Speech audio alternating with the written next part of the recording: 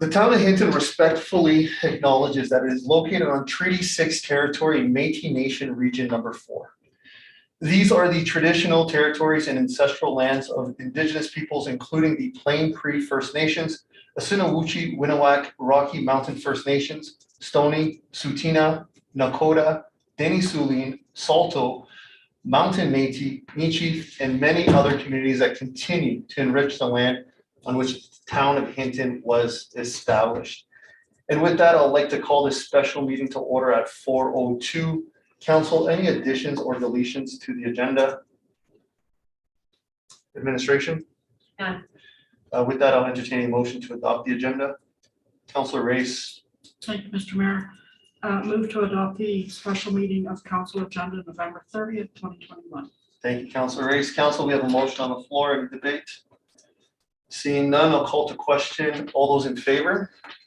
That's passed unanimously. That'll bring us to our discussion items for this evening. The first one is the COVID-19 related security services that was submitted by Councilor Taylor. Councilor Taylor. Yeah, we already talked about this in detail. So what I just wanted to do was, I don't know what the wording is, put out a potential motion that we would then vote on formally on the next regular council if we agree here. And that would be that we, that council discontinue all outside security work to enforce the REP program at the Recreation Center and Arena by December 21st, 25th. So again, we thoroughly discussed it.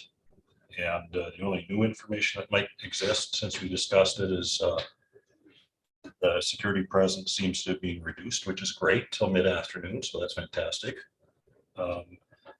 And under this motion, administration still has access to the money to hire somebody to do work for high use events at the thing. And I think delaying until December 21st gives them that time. So the current group there, as we know, costs $40.50. And I do appreciate that administration has cut back the hours and weaned it off.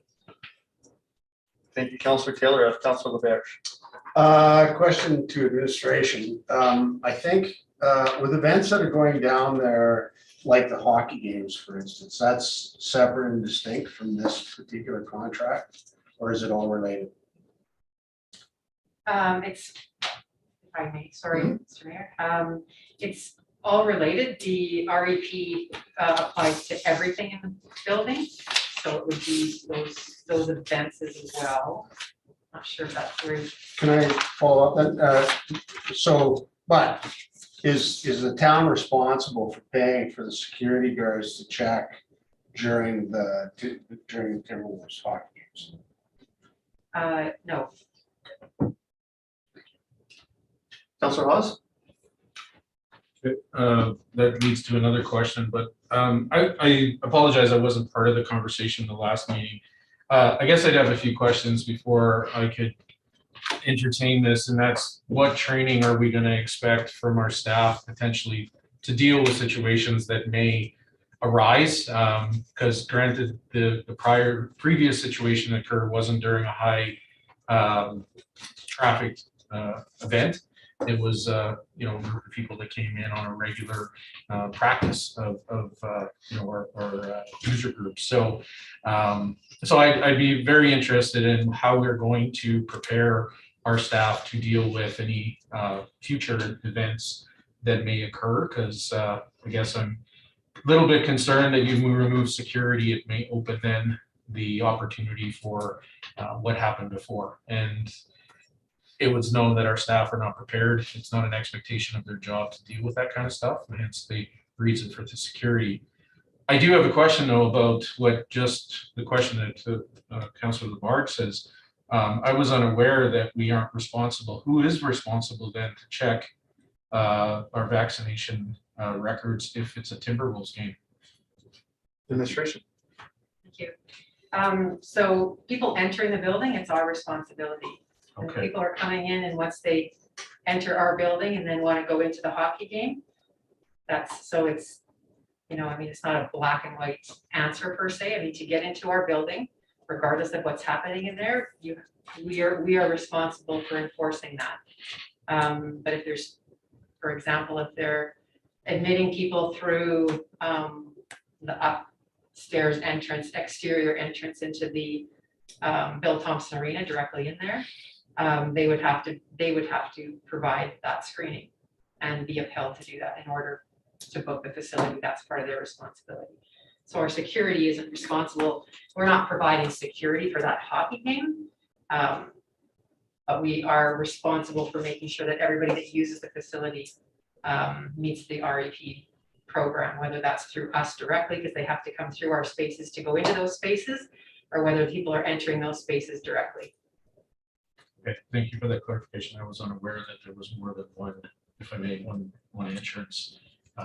At that time, I realized there was at one point, but I thought that would change from the REP, but I thank you for the clarification. Thank you, Councilor Hawes. Administration, my question, if nothing has changed, this contract expires at the end of December, if I'm correct? Pardon? Administration, what date is it? I'm sorry, I don't have access to that information. I wasn't prepared to answer. I thought council was having discussion about the item.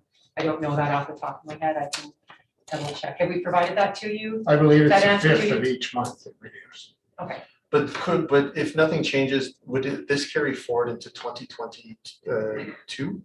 Meaning, if there's no direction from council, does this service continue in the month of January, February, or does it end prior to that? I'm sorry, I've not asked that question this time. Sorry, I don't know the details. Okay, well, my train of thought is at some point we're going to have to move away from this. And to me, I set over 7 weeks with no incidences. At some point, we have to attempt this. Now, to me, the fact that there's 7 weeks with nothing that has happened, might as well try this and work with what we're inevitably going to do anyways. And if there's an issue, then I think we're better prepared to then come back to the table and find another solution. But to me, there's no evidence now for over 7 weeks.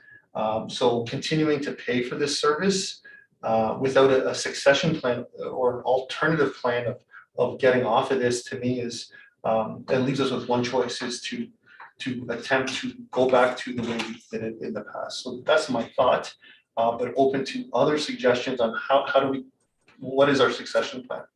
Councillor Stashik and then Councillor Race and Councillor LaBerge. That was true. Oh, sorry. Thank you, Mr. Mayor. I mean, if this comes as a request for decision from council, it is what it is. But in talking to citizens in the community, I've had several citizens express that they are comfortable with the security there. They feel more confident that security's there and they're better able to handle things.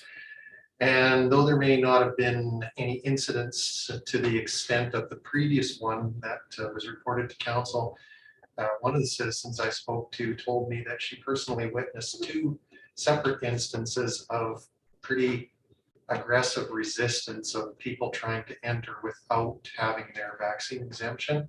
And security dealt with it professionally, adequately, and appropriately. And that's where I think we may be challenged in getting, and as Councillor Haas said, training staff to be able to fulfill the same role that the trained security personnel are doing. I think we seriously need to take a look at what we're spending on the trained security personnel too, and compare that to what an employee would cost with benefits and everything else rolled into it, because I don't think that there's a disproportionate difference, but that's something to discuss and consider as we move forward. Thank you. Thank you, Councillor Stashik. Councillor Race. Thank you, Mr. Mayor. Just a comment. I thought it was we were going to do it for 3 months, but it was a monthly thing. So 2 months, if we decided we didn't need it anymore, we could stop and save that extra money. Oh, that's my mind. Thank you, Councillor Race. Councillor Taylor. I'm prepared to withdraw this based on the information I just looked at. This says this ends anyways on the 27th, and I was talking about ending on the 25th. So I didn't realize that. If that's correct, that'll be 3 months to the end of December 27th. And at that time, I would be prepared to renew it, but that gives 3 weeks to sort it out. That's what I think this says. Thank you, Councillor Taylor. Councillor Haas. Yeah, and, you know, and I'm hoping that at that point, we could come back to council as a conversation, because I am remiss I witnessed an event myself, not in one of our facilities, but in a business of our community just this past weekend. And what the staff had to go through with that individual, I witnessed it all, and it was, the individual was the employee was extremely frustrated. It was completely out of line, and I don't want to see our staff have to go through this. That's the whole point we were here before. And it, to me, hearing what Councillor Stashik said, I was unaware of, but if there has been witnessed, and it's all about safety and security in that building. And I just don't feel it, I don't feel we have the staff to deal with that. They weren't paid to do like that particular job. They were there to provide services and they're not necessarily prepared for that. So if it ends, I hope that it comes back to council, and if I may ask administration, I realize it may not be specifics, but if the contract were to end, is the intent to bring back to council a report on the contract to see if there is an appetite to extend it? Administration. Thank you. Yeah, so we do, the current contract does have the opportunity to extend this, which we have been doing, but the lump sum and the allocation source funding where it came from was based on getting us to the end of the year. So what council has allocated us will get us to the end of the year, because we haven't increased the services. If anything, we've decreased them a bit. So anything past that would require administration. If we felt that there was still a need to do that, we would need to come back to council and provide them an update, which of course your next one is coming on December 21st. And then we would, if we felt it was still needed, we would ask for funding to do that, and there would need to be a funding source for that at that time. Thank you. Thank you, Councillor Haas. Council. What would we like to do this, Councillor Taylor? Like I said, I'm prepared to drop it as long as this information is correct, like December 27th. Like I wanted to stop at December 25th, so it's going to stop December 27th anyway. So we can just confirm that. Doesn't have to be tonight. And then we have to have a conversation about how to continue at some point. I mean, I disagree that. I mean, I talked to citizens. I guess I talked to citizens. I talked to give me a different response than what I've heard over here. But So it sounds like we have the opportunity to discuss this on December 21st. It doesn't seem like there's an appetite for any other. I was of the mindset of getting off of this sooner rather than later, and it was my understanding that the contract does expire. And we can confirm that information after the meeting and ask administration for that. And then council will move forward at our will on December 21st with any further directions that we would like to do if there's no appetite to change anything tonight. Anything further, council? Councillor Stashik. Yeah, so just some food for thought for councillors who are thinking that it might be a good idea to move away from the hired security. If that's the intent, then I would suggest those councillors that are thinking they're potentially in favor of that, do some really hard thinking about what the options are going to be moving forward. Because as long as the REP program continues to exist, there has to be a mechanism in place to check that the people that are entering the facility are complying with the REP program. If it winds up being incidental again, we're looking at running the risk of the rec center being closed again. That's not something I want to entertain. Our citizens have made it very clear they want the rec center open. They want access to the facility, and 1/3 capacity doesn't cut it. They can't have enough people in there to be able to have Timberwolves hockey games, minor hockey practices, any of those things can't exist at 1/3 capacity. So I'm not sure what council wants to do moving forward, but there's going to have to be some suggestions brought forward at that meeting when that discussion happens.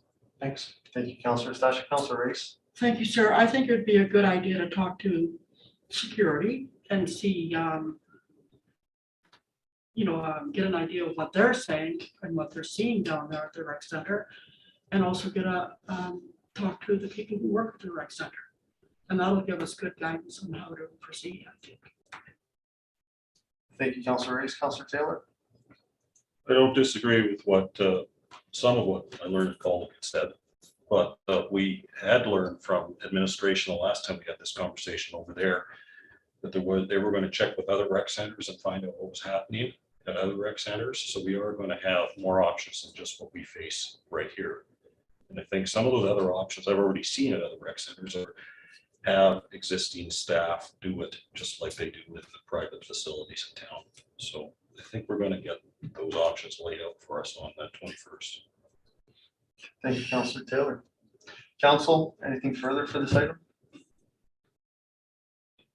Seeing none, we'll move on to our second action or discussion item for this evening. Is the council action pending list. At our previous meeting, unfortunately, it was a long meeting and we didn't have the ability to really go through this. This provides us another opportunity to go through the list and see if there's anything that we want to prioritize or look at removing, etc. So, council, anyone want to speak to the list? Councillor Taylor. Well, I had about 6 or 7 suggestions. Do we want to go through them all tonight, or do we want to individually give them to somebody and they sort it out and bring it back? That would be at your discretion. I don't know if you want to communicate with Okay, someone well, else. okay, when I look through this, I look for repetitiveness. I see 5 recreation items that potentially could be turned into 1 or 2. I see a 1 action item on the Bhutan Avenue. And then we've got the discussion we had the other day. So those might be calculated. I see a SEAC task that's 1 year old, a water service level task that's 2.5 years old, and 2 tasks related to the automated transit program expiring soon, and some options with that. And those seem to be kind of important to me, depending on when the ATE contract renewal is. So that was this kind of duplication I saw. Thank you, Councillor Taylor. Council. For myself, this is our opportunity here. It's up to council. What would we like to do? If you want to consolidate the rec center, I would happily support giving administration that direction to amend the list and amalgamate or put together those 5 items, etc. So to me, this is our venue right now to gain consensus and give direction for administration. So I would gladly support some of those. Councillor LeMaire. There's a bunch of comments that I have on these various proposals. So, I mean, does it not make sense to take 30 minutes right now and step through each one of these and judge whether, I mean, there's some in here from 2018. And I would love to have a conversation on, do they need to sit there? It's like having a full inbox. When you walk in and you look at the list, it's overwhelming. I mean, if there's things there that just aren't super relevant anymore, let's have a look at them and say, administration, don't worry about these for now. Thank you, Councillor LeMaire. Councillor Hawes. Thank you, Mr. Mayor. I don't disagree, Councillor Labarge. The only thing that I would be remiss to make any decisions about that this evening is we only have 1, and that's our CO here currently. And some of these projects, I'm guessing, I mean, I know for a fact, and we had this brief conversation, but having Mr. Rousseau here to talk to some of them, because they might be connected, and if we drop them, it might then work that has been done has gone then lost. So I agree if we highlight some of them this evening as to we would like to question whether or not, but to make any decisions this evening to either nix it or whatever, I personally wouldn't be in favor of that until I know some greater detailed background to it. I mean, in particular, for example, the water measures, the water one that, and I don't know what number Councillor Taylor was speaking to there, but I know which one he's talking, water meters or water. There was some, I recall a conversation on last council that there was some pending things that needed to be, that were delayed. And there was a reason for it. It's on there, I guess. So I guess we'd have to, I personally would need to know a little more information on the background of it before that happens. So, thank you. Thank you, Councillor Hawes. Councillor Taylor. Yeah, like if I was to start, the obvious duplication is, I think, the rec center ones, and I think even our town manager told us that it was the most recent one that preceded all the other ones. So my suggestion would be admin go through all 5 or 6 of those and see if they could consolidate those. And if we could get rid of 4, well, there's a list short right there. Would you like to make that direction, Councillor Taylor? Maybe I hear what Miss Thank you, Howard. Mr. These motions have to be rescinded at a regular meeting.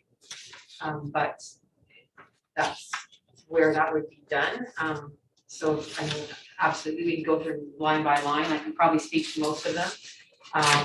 And give you a little bit of history or status on them and decide which ones you would like to bring forward for council's future decisions on the 7th, for example, to formally rescind those, but you can't just mark them complete if they're not complete, and you can't just remove them because they're actual standing. So I just wanted to clarify that for the committee. Thank you. Thank you, Ms. Howard. Councillor Stashik? So I have you know. So council, how do we want to move forward with this? Would we like to give the direction that committee direct administration to bring this forward to a regular meeting for us to then rescind the appropriate items? It seems like there's some appetite to consolidate the rec centers. So, but we have to give direction to administration to prepare that and have that for whatever meeting we would like to do so. So, Councilor Laberge. No, Oh, Councilor Taylor. Yeah, well, I can get fairly specific. I mean, I can give you the name of the item numbers that I think could be consolidated. And I'm not sure if they can be. I'm just asking that they be looked at so that we could narrow the list down. This to me. So I'd like to know if we can consolidate MD 1643, MD 1702, MD 1868, MD 2247, and MD 2248. Those are the rec center ones that I think are worthy of consideration for consolidation. What was the last one, Councilor Taylor? MD 2248. 2247 and 2248. But I do take note of what Councillor Hawes says. I wouldn't want to do it if we get rid of something that's inadvertently meaningful, right? So that means if those 4 items could go to the relevant director to look at to see if they're worthy of consolidation, they can come back with a recommendation. The recommendation might be that we get rid of 4 of the 5 items. Thank you, Councilor Taylor. Councilor Hawes. Yeah, and if I recall, and I'm trying to recall the meeting, but I do recall a past conversation in regards to the rec center. And at one point, I believe Mr. Russo said there was almost 24 that got narrowed down to the current ones that are on the action pending list. So, I mean, definitely, I mean, there's no harm in looking at it. I'm just not certain whether it's already been refocused. And if I recall the conversation from our CEO that if one and then it leads to the next. So we kind of went backwards a little bit, I realized, but each one is linked to another one. So I'm okay with it. I don't want to overtask to, I don't know what kind of timelines we'd be looking at for them to come back to us either. So I guess that would be another question of mine. So. Thank you, Councilor Hawes. Administration, if there's an appetite to consolidate and get administration's recommendations on doing so with this list. When would we be able to have this back in front of council for decision? Thank you for the question. This list typically comes to council, their second committee meeting of the month. Because we don't have one in December, on December 28th, it's canceled. Our intent was to bring this on December 21st. So we could, in our exercise to update this, because again, even the version that's in your council list, your agenda tonight, for example, has already changed because it's a pretty fluid document. We're completing things all the time and shifting things around, but we could have that for you for the 21st of December. If I could just speak to the rec center once. Yes, Mr. Rousseau, in his new to the organization, we pulled out every decision that's ever been made about the rec center in the last couple of council terms, and that's where there were this 25 or 30 decisions at council at some point in time. But the 5 or 6 that are sitting on your council pending list now are the ones that the previous council did not want to remove because they didn't want to lose sight of those. It still remains my opinion that the 3 that are on hold, which is on page 9, I believe page 9 of your package. If everybody's there, so the first 2, number 1, 2, and 4, so 1643, 1702, and 1868. I can with confidence right now count that those can come off on December 7th, and there'll be no impact to those. Those things will happen so much further down the path of the rec center that those could easily come off without any negative impact to the other ones that Mr. Rousseau is working on, and that's specifically the funding one and that. So you could make that direction tonight, but at the very least, that's the kind of thing we would do for you for your package of December 21st. Thank you, Ms. Howarth. Councillor Stashik. Okay, yeah, so if that's the direction to administration, then it comes back to committee of the whole on December 21st, and that still requires a motion of council, so we're looking into January before there's motions to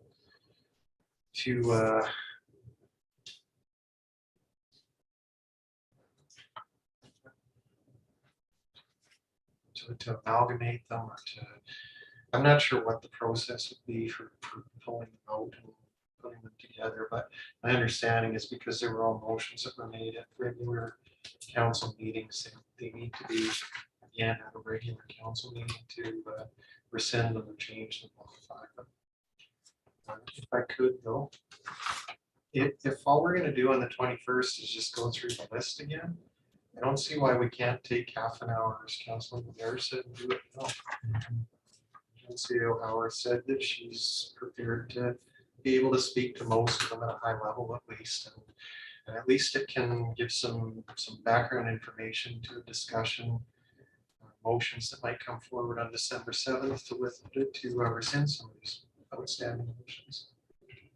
Thank you, Councillor Stashik. Before I go to the queue, it seems like there's some appetite to go line by line, and I see some nods. Any objections to going line by line? And if that's the case, then let's begin that process and see where that leads us. So the first one, MD 2202, council secure the land at Earth Park for the purposes of advancing the all-wheel park project proposal. So MD 2202, any comments, issues with that one? And administration, by all means, feel free to comment if there's anything that you'd like to add. Any issues with that one? Councilor Race. So I just want to add something. Do you remember the conversation we had with CAO Olson saying how important it would be to really take a good look at this and prioritize this? Does anybody remember her saying that? And we would give, give them a 1, and that means this is something that we're going to deal with now. So what we're doing right now with that kind of supersede what she had wanted us to do. Um, And that's to all of council. Yeah, I believe that's part of the process that we would be doing tonight, is how I look at it. So tonight would be prioritizing, this is the one we're gonna tackle, or? I don't want to speak for all of council, but it gives us an opportunity. If we're going to go one by one, something might come up and we might want to address it. Thank you, Councilor Barrett. When I went through this, I gave each one of these things a 1 or 2 or a 3. And because to get much more detail on that didn't make any sense. 1 meant this is something that's underway, it looks like it's advanced, this is something we need to deliver. 2 was it's in process, and 3 was this is something that we should either put in a parking lot or do away with completely. I keep hearing how busy everybody is, and I understand there are conversations in the past. This is our list. This is a list that we own. This is our direction to administration on how they should spend their time. And you can't pull carpets out from underneath people, but what you do need to do is have a look at what you're telling people to do. And if it's too much, then you need to decide what they should do for a second and third. And it's just, I do think, because the dates are important, but sometimes a 1 could take a long time to complete, but a 1 means stay focused on this thing. That's the way I've done it. Thank you, Councilor Barrett. Okay, council, if there's nothing further, for MD 2202, it's due to come back in 2 weeks. Any issues with keeping it there? I see no issue. And with that, we'll move on to MD 2234, which is the report on the crosswalk at the Gerard Redmond. That's also coming back in 2 weeks. Any issues with that? And I'll go to administration quickly. Any timeline issues with getting this report to council on the 14th? Ms. Howard? Thank you, Mr. Mayor. So that is something that we were hoping to be ready, but with the recent news that unless there's some urgency for council, that would be one that would be great if we could push it out. What date would you recommend? End of the first quarter, just before our staffing situations can address that. So if I may, if we can use the same process where we can go through the list and keep track of what we gain consensus and make a final motion at the end with approval. Is there any objections to moving 2234 to a date of March 31st, 2022 as the due date? Any concern with that? I have no concern. So that will be that for 2234. That our recommendation will be to change the date of December 14th to the end of first quarter 2022. MD 2325, that is council direct administration to include $50,000 in the 2022 draft budget to assist the Pine Valley Lodge. Administration, there's a due date also in 2 weeks. Any comments on that one? That one's planned to come in front of council. The timelines on that are critical because it has to be added to your budget, and that's in the queue. So we're well underway with that one. Okay, perfect. Council, any objections or anything? We're good to keep that there? Okay, perfect. Thank you, administration. That'll bring us to 2378. To bring the analysis report of appointing a non-voting council representative to the Hinton Golfing Society. That also has a due date in 2 weeks. Ms. Howard, any comments? I believe we're just waiting on legal for that. And if I may, because I have been working quite closely with Ms. Davy Campbell here, and she's working with our director. Jen, is there anything update on that? Or are we still at this, is that one potentially going to get moved out at this point anyway, because we're not hearing back? As far as I know, it's still in the queue, it hasn't been removed from the agenda on the 14th. So again, it's not some, this is a request of council from their organizational meeting. That is something that has to come back. It's a little more complex than some of the just appointing a council member on there, and Ms. Way has been working on that. So if that doesn't have to come on the 14th, we can push that out, but it all depends on how long you want to wait to appoint to get back to that request. Councilor Roberge. I guess my question was, and it's the same for the next one, 2380, is, first of all, I guess, is it a legal question? Not the, sorry if I may, the golf course is different than the museum. The golf course, because of our arrangement and the situation that the town has, that's the consequences of having a council member Right. sitting on that is different than the museum. I'm looking for some, yeah. Thank you, Councilor Roberge. Council, any appetite to move this item back into 2022? Or are we comfortable keeping it December 14th? Councilor Taylor. My only caution would be if the December 14th agenda is so full, then those might be items that could potentially be moved in favor of, say, some, the item like the one at the bottom of the page. Thank you, Councilor Taylor. I share the same sentiment. As much as we, I think, need to come to this at some point, this is something that I think we can alleviate some pressure away, and moving it even 8 weeks back might make a difference, and we can still accomplish the same thing. We're in no rush, and ideally, let's get this right if we're going to put a board member and focus on other bigger priorities that'll have bigger impact immediately. So any appetite on the date, administration? Thank you. So just so for council, the timelines for our reports, for example, administration is reviewing the completed reports this Thursday. That's how far ahead out we are. So while we're looking at agenda items for the 14th, those reports are already well underway. They're going for legislative review and comms review yesterday and today, and SL, our senior leadership team, reviews them Thursday morning for December 14th. So that's how far out we are with our report writing. So most, if not all, of the work is already done on these for December 14th. Not to say that we're not still missing some of those marks sometimes with the workloads, but that is the timeline that we review reports. So before I go to Councilor Stashik, what would be your recommendation then for council? Is that if there's, I'm kind of hearing now that there's no sense that the majority of the work is done, that it can come December 14th. Do you have a recommendation? Would you like more time for this, or are you comfortable with the December 14th date? Are we talking about the 2378 item? Correct. Okay.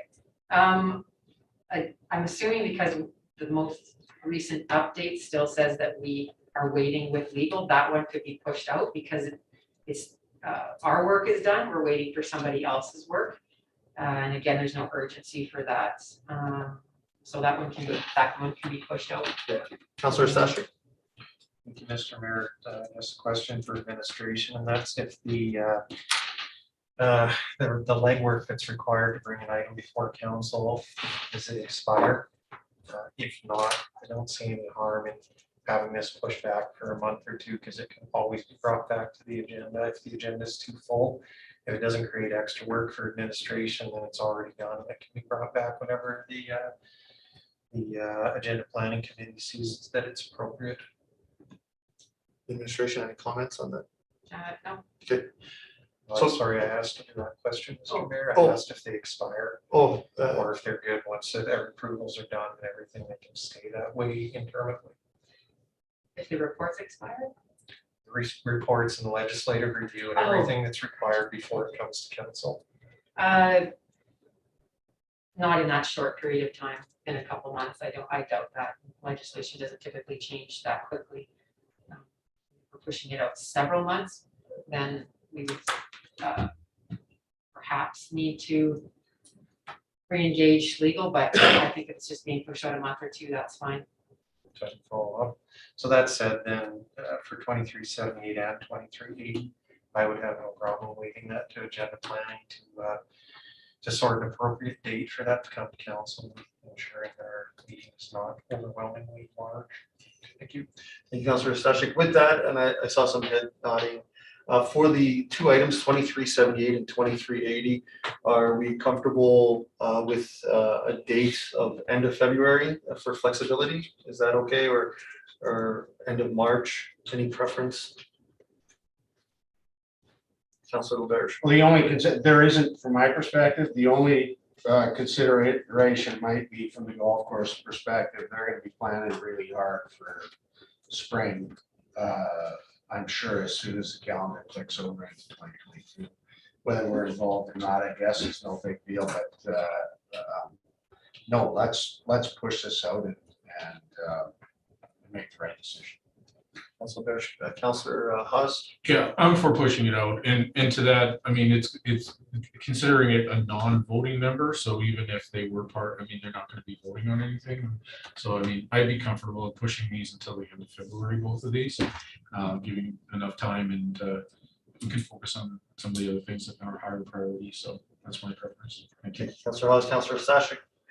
I would like to recommend by the end of February. So whatever agenda planning feels it's appropriate, but by the end of February. So council, any objection to these two items, 2378 and 2380, to be changed from December 14th to the end of February? Seeing no objections, those two will be temporarily moved to the end of February. Any other questions for those two items, 2378 and 2380, before I move along? Seeing none. 2391, prepare draft memorandum of understanding for the expression of interest at the golf course. That is for December 14th administration. That is, lots of work has been done on that. It needs to come to you on the 14th. Any objection, any to that? Nothing. So 2391 remains the same. 2196, a report of specific compression challenges within the town of Hinton, as well as strategic strategies to address the issues in the 2022 budget process. We have a date here of the third week of December. Administration first. I just finished reviewing that report this morning. We still plan to bring that in a closed session on December 21st, and it's critical for all of the operational budget and business cases we'll be considering in the middle of January. Perfect. Thank you. Councillor Laberge. Question, newbie question, specific compression challenges, are we talking employees? And then, yes, this was back in February, council had received information about some of the challenges with staffing, compensation, structure, that kind of thing. One of the questions was around compression. And so there was a specific request from council at that time to receive a report just on compression. And so what council will receive as part of that closed session item is the full staff review report that was done in 2019 that we have been implementing based on the recommendations that were done on that. And compression is one of the issues in that matter. So you'll see the full report, which I think this council hasn't seen for quite a while, and certainly the two new councillors have probably never seen. So you'll see all of that on December 21st. But we will the report will be specific to the compression challenges. Thank you, administration. Councilor Laberge, you good? Yes, thanks. Perfect. Council, so no objection. Everything is good for 2196. That'll bring us to 2282. Committee direct the mayor to schedule a meeting with Minister Wilkinson regarding thermal coal to express the impacts of the recent political decisions on our community. And I have an update. We've reached out, Jen, David Campbell, and myself now 3 times or 4. Yeah, three Three. or four by email and And- I left. And we're Telephone. we're simply not getting a response. So now I'm working on a draft letter to re-ask this while commenting on the lack of response we're getting from this ministry of specifically not giving us a date to meet. Did you? So that's where we are with that. Councillor Taylor? Have you gone through the member of parliament? Oh, sorry.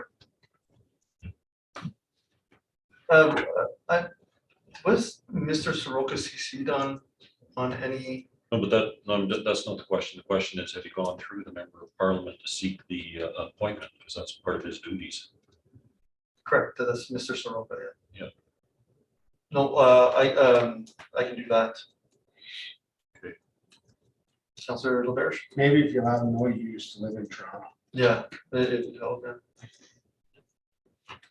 So that's the update on the matter. We've been in, like I said, speaking to his administration now with no specific reply on accepting any meeting date with us, which is at this point. Councillor Hawes?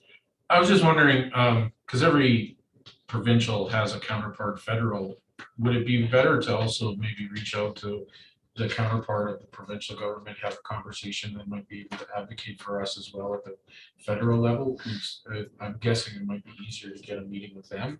I don't say discontinue trying to get with Wilkinson, but maybe that might be another option to possibly do as well, because they also meet. And I'm saying that because, Minister Madu mentioned, that AUMA, they have counterparts of their ministry, so might be something to consider, maybe easier, so at this time. Council? Anything further for this item? Will temporarily, we'll leave this on the list and until we get a further update. All right, that'll bring us to 2359. Provided information report to council once per month summarizing service levels and funding status of security services required to be implemented, the COVID-19 REP program. That has a due date of December 21st. Ms. Howard? Thank you. So yes, we put the dates in. You received your first report on November 15th. You'll get your next one on December 21st, and then the final one on January 18th. And so we are prepared to bring this to December 21st. Okay, perfect. Council, any objections or issues? Councilor Taylor? Yeah, well, the only issue I see is that this report we got on the REP program indicates that it ends on December 27th. So if we don't have some plan on how we're going to continue that before December 27th, the report on January 18th is maybe moot.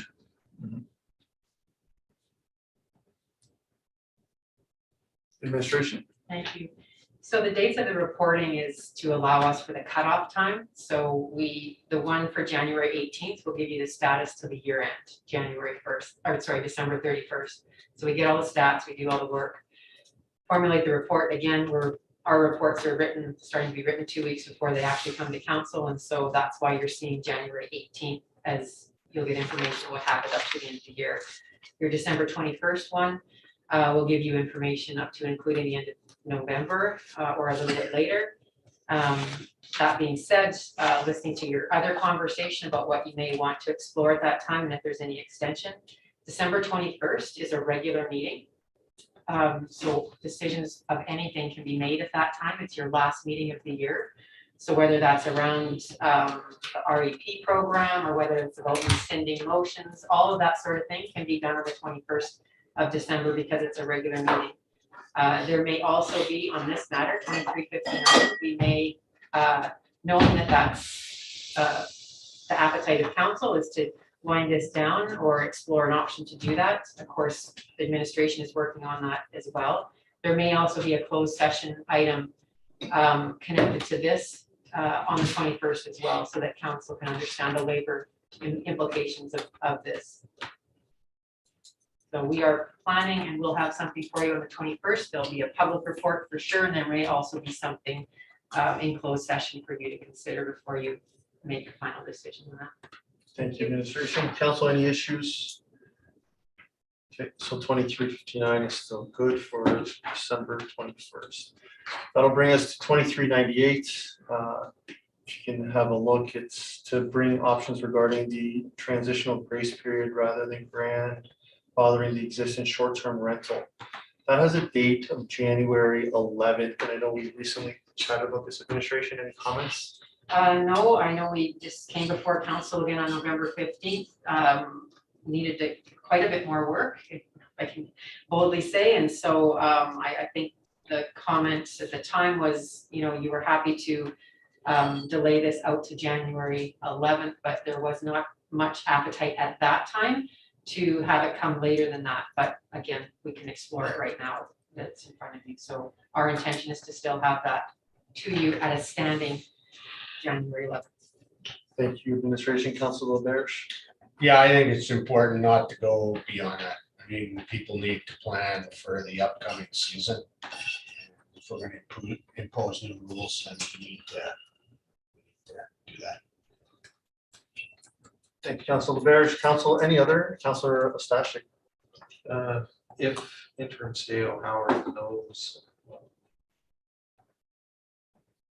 work that's being put towards achieving that January 11th deadline, I would just like to know if that seems to be achievable at this point. This is. Administration. Yeah, so out of Mr. Rousseau's area, of course, they've got quite a bit on the go, but this one specifically being led by Ms. Walker. So I have not received any indication that they're not able to meet this. And I know Ms. Dana Campbell, she's works closely with Mr. Rousseau on these items and getting them updated and moved around. And she has had a conversation in the last couple of days, and that date has not been changed. So he's working toward that date. Councilor Stashik. Yeah, that's good. Okay, council, anything further for this item, or we're comfortable at keeping the January 11th date? Okay, perfect, thank you. That brings us to 2411. Appoint one member and one alternate to the Hinton Library Board. That is coming January 11th. CEO Howard, needed. CEO Howard? Yeah, so I am sorry, Ms. Davy Campbell, can you chime in on this one? I feel like did we deal with this one and it's just still on here? If I may, we dealt with it at the committee of the whole. Yeah. And it has to still come for ratification to the council. Okay, So- so it can't come to the 11th then, because that's a standing. So it, and probably can't come to the 4th because that's too soon, considering when the reports have to be in and approved. So if that's got to come for ratification, that would be January 18th. Sorry, I don't count. Yeah, calendar, but January 18th. So if that's just it. So for flexibility, that purpose, and do we want to change this date to the 18th? If that's the case, it has to come to a regular. Otherwise, we have to do it this month or on the 4th, correct? Councilor Stashik? What was the direction that came out of committee of the whole? Because I'm not recalling, but I didn't think it was that far out. No, I made the motion that that we appoint one with an alternate, and that was to come to the December 7th meeting for ratification. Ms. CEO Howard?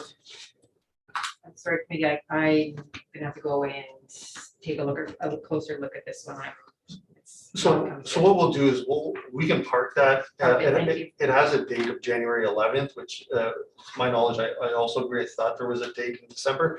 If the motion says December 7th, then administration will have that for December 7th, and will update us accordingly if something comes up. Councilor Watts? Yeah, just as an FYI though, there is no library board meeting in December. And the next library board meeting is always the 4th Monday of January. So there is time do that if you're looking at, so there's no meetings until after whatever January date that is, so that helps. Council, anything further for that item? We'll just leave that with administration to look back at what the previous motion was and work accordingly. Okay, thank you. That'll bring us to 2177. Reintroduction of maintenance dollars in the amount of 60,000 within the annual operating budget beginning in 2022. On an ongoing basis. That's as a date of January 14th. Ms. Howard? Thank you.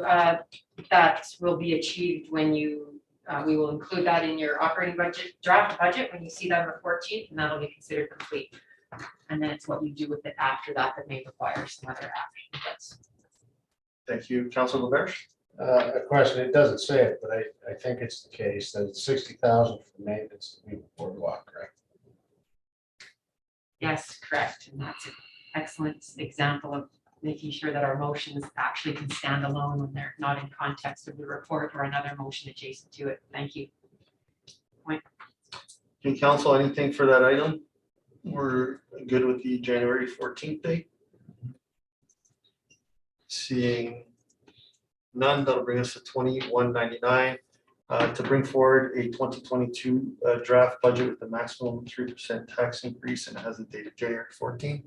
Administration? Yeah, we're working toward that one. That's not something you can push out or modify unless you want to rescind it and give us some a different direction at this point in the budget process, but you will see that on January 14th, 15th. Council? Any issues? Love that one.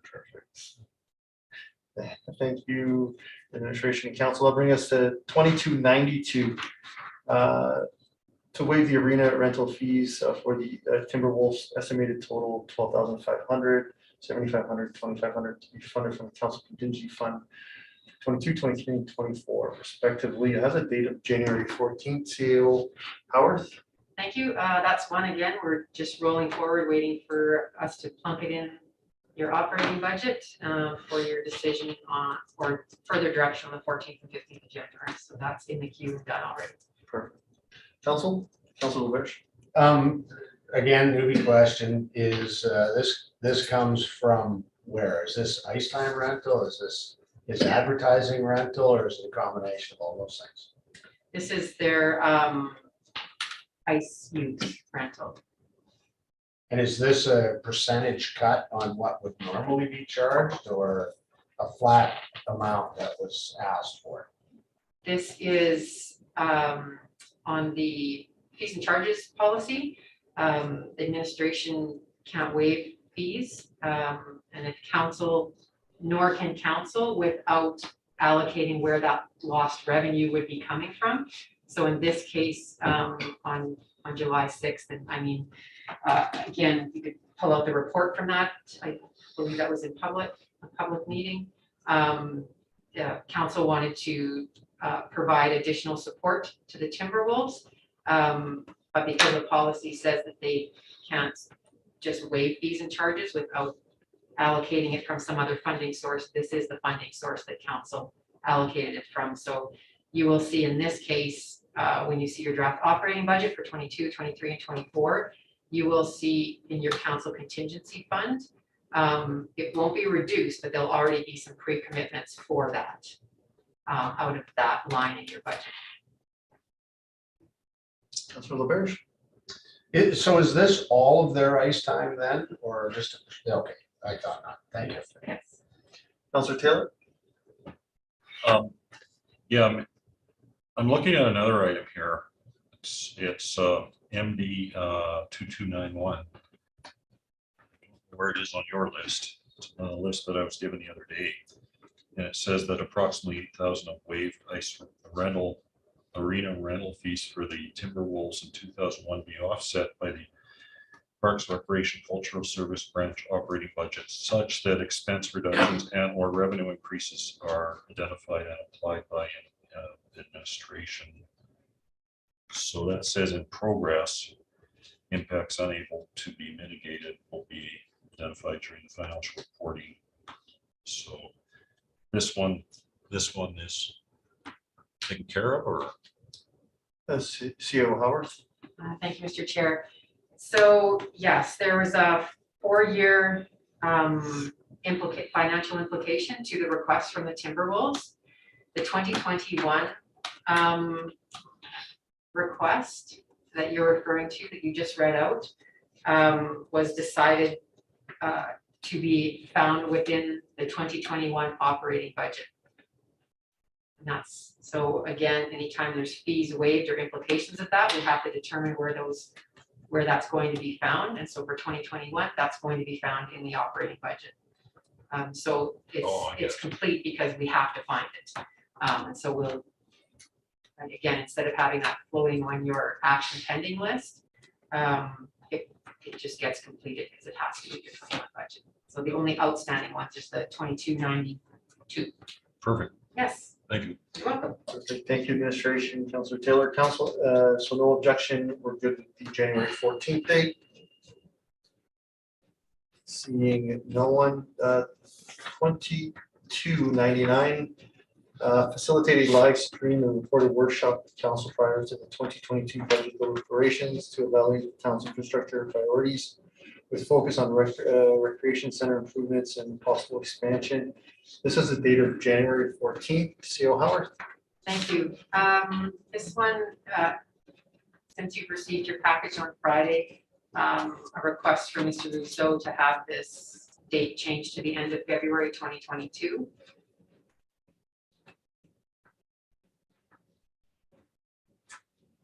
Councillor Stashik. This is one that I actually feel that council can take an action to remove from the action pending, to rescind that motion. I think that's so far ahead of where we're at right now with the recreation center. It's not, to me, it's not worth administration extending time and effort to bring that forward. It'll come organically when the time's appropriate, in my opinion. Thank you. Thank you, Councillor Stashik. Councillor Haas. And I agree with that. I just want to clarify and question that, were we to get a workshop on all of town's infrastructure priorities or just the rec center? Administration. The intent was to focus on the recreation center. Okay. Of course, in context. So I think you have the bigger picture of some of your other big items and particularly around the water treatment plant. So to have an isolated workshop and create some energy and excitement around the rec center without it being in context of your other big decisions that have to be made. So that was the context of that there. Okay. So I agree. I think we're going to be getting, if it's the water treatment, we're going to be getting some stuff on that coming forward. So I would agree. I think this is so far out that I don't think we need to have this. Definitely not on the January 14th. I'm not sure how far to push it over or even get rid of it at all, but I'm with that mind as well. Thank you. Thank you, Councillor Haas. Council. Seems like there's appetite to remove this. Any objections to that or alternatives? Councillor Haas. Yeah, I guess in the context of CEO Howard, I think us understanding too, in the big picture, the infrastructure priorities of our community as well, that maybe doesn't include the rec center, but what the state of our current infrastructures and things that we're looking forward to, because that will impact potentially also that recreation. So I mean, I'm not saying having that on January 14th, but I think having an understanding of that would be helpful, because we do have a number of infrastructure buildings in our community, and understanding the state they're in and what we might be looking at in the future could be helpful. Those are my thought. Thank you, Councillor Haas. I'm of the mindset to, sorry, It's okay. So I know you got, we provided council with quite a bit of information during the capital budget process. The 1-year budget, the 5-year plan, some 25, some 50-year out. So that gives you quite a bit of information. Basically, that's what we know. And then in addition to that is all the asset management work that needs to be done. So until we can actually get that real asset management work done, that will be quite telling and give you the state of all of our infrastructure, and we'll flush out the priorities based on that. So regarding potentially having this motion rescinded, that's, I would support that. That does not impact the next steps on the recreation center at all. So council, is there appetite or any objections to removing this? Seeing none, then there's consensus to remove 2299 and whatever direction we would need at our regular meeting to accommodate that. So 2299 to be removed. Brings to 2327. Accessible transportation services as permanent town delivered services area and current limited service levels for the remainder of 2021, etc. This has a date of January 14th. Ms. Howard? This one, again, is already been done and in the queue. We've, part of the budget that administration has worked on, and we've done the business case for that. We'll be reviewing them on December 17th, and we'll be bringing it forward on the 14th and 15th for your consideration at that time. So the work's been done on this one. Perfect. Thank you, Councilor Bears. Another newbie question. Accessible transportation services, that's just Freedom Express? Correct. Okay, thanks. Perfect. Council, any objection? Seeing none, that'll bring us to 2388. To include $60,000 in the January 2022 draft operational budget for the purpose of the Hinton Community Grant Program to be funded from AT reserves and the balance to be funded from taxation. Similar also the date of January 14th, Ms. Howard. Correct. This was just directed by council on November 2nd, and we have placed that in the queue for your consideration in context to everything else we have to look at on the 14th and 15th. Okay, council, any objection with that? Being none, that'll bring us to the 2403, to include the adaptable and progressive transportation in Hinton Council operating project proposal. So same concept again, January 14th. Council, any appetite to change that? Councilor LaBerge? If I might, Mr. Mayor, so this one and the next 4 after it were all of the requests that were made after the discussion at our really long meeting. And I would suggest that they all remain in place. We just had that discussion, I don't know, 8 hours and 15 minutes last week. So I would just suggest, rather than going through each of those, they're going to be for the January 14th budget discussion. So council, any issue going all the way down to 2410 or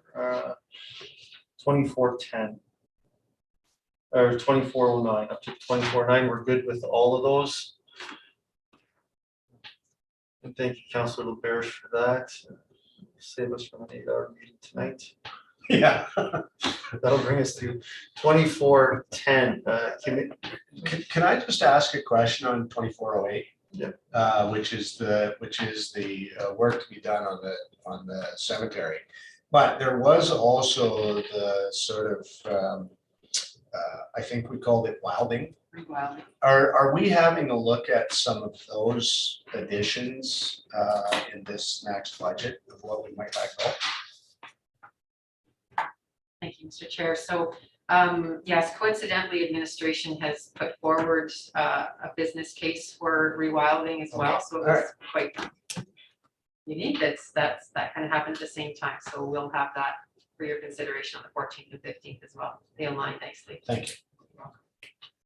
Okay, council, so we're good to move to 2410, which was a recent action to direct myself to contact legal to obtain information and advice. So I think we are good to remove that.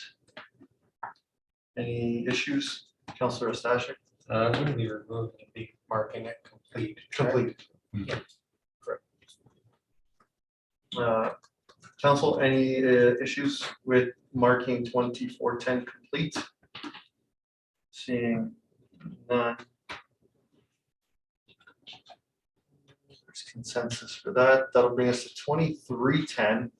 To build boardwalk approaches north, southwest, Maxwell Lake Bridge with limited plaza features required for connectivity with no modification to the bridge. This has a date of January 25th, 2022. CO Howard. Thank you. So this is a carry forward project. It will not be completed by January 25th. We're looking at a March 22nd, 2022 date on that. Okay. This is less of a report that will come back to council. So some of these items aren't always a report that comes back to council. It's just work that has to be done, and once it's complete, we let you know it's completed. And and of course, working with the Boardwalk Oversight Committee on this. So this is not an item that you're going to see likely on in your agenda. Package is a report, but there'll be an update probably after your first quarter financial update. You see where the status of that project is. Thank you, CO Howard.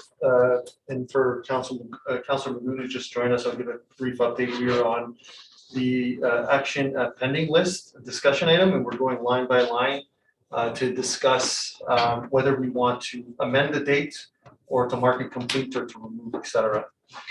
Councilor Stashik. I have a question for administration regarding 2310. Design concepts will be shared with Boardwalk Oversight Committee, and if administration can speak to that. Is the intent there to get feedback from the Boardwalk Oversight Committee, and then they make recommendations to administration to inform their recommendations that come back to council, or what's the intent of sharing the design concepts with the Boardwalk Oversight Committee? I believe at this time it's just for information to start looping them into the kind of work that's already been approved.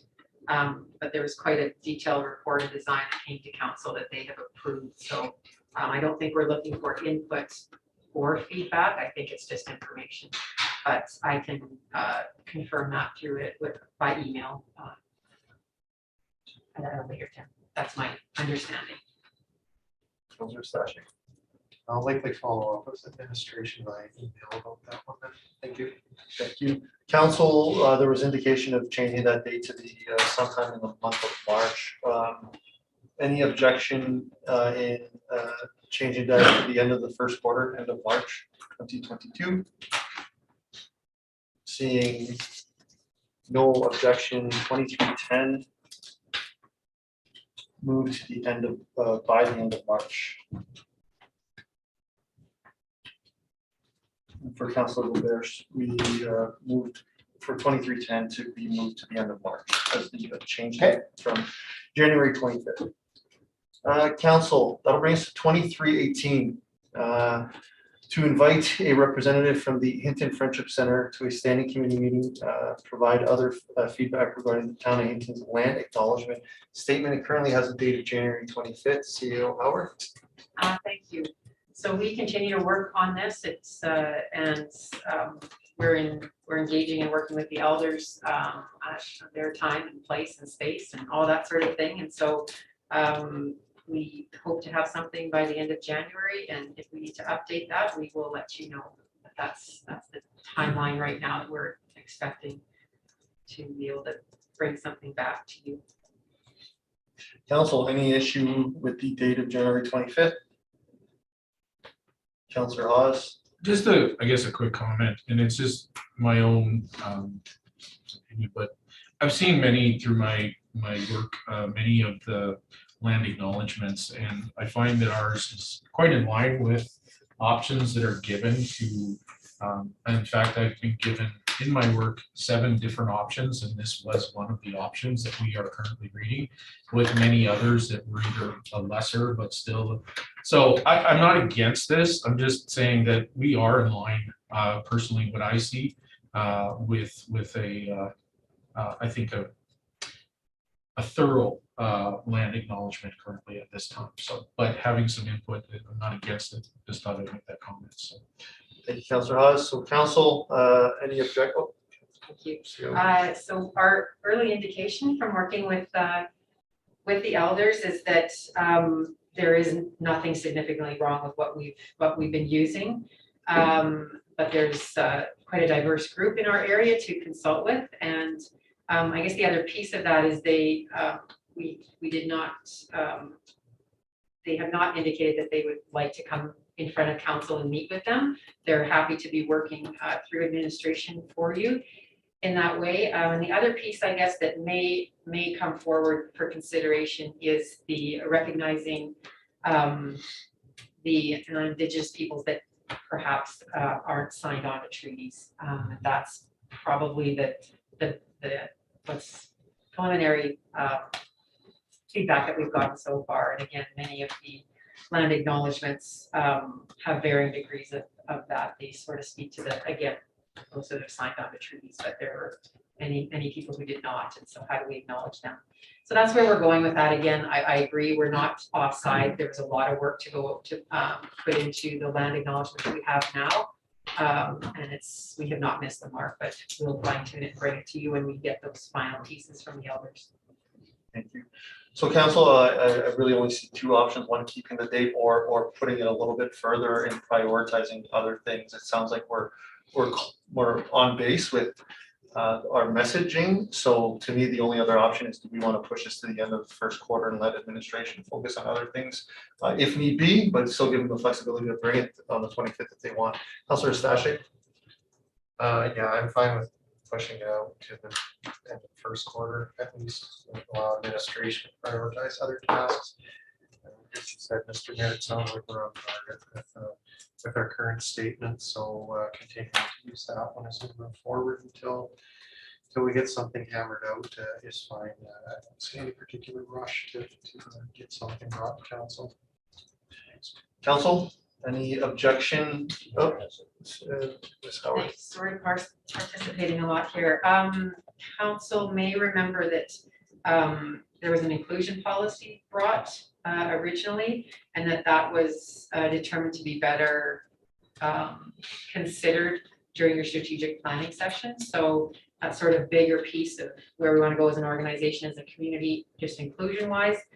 So that won't get lost, and that'll get placed whenever your strategic planning item happens. And we will bring this forward whenever it's ready. So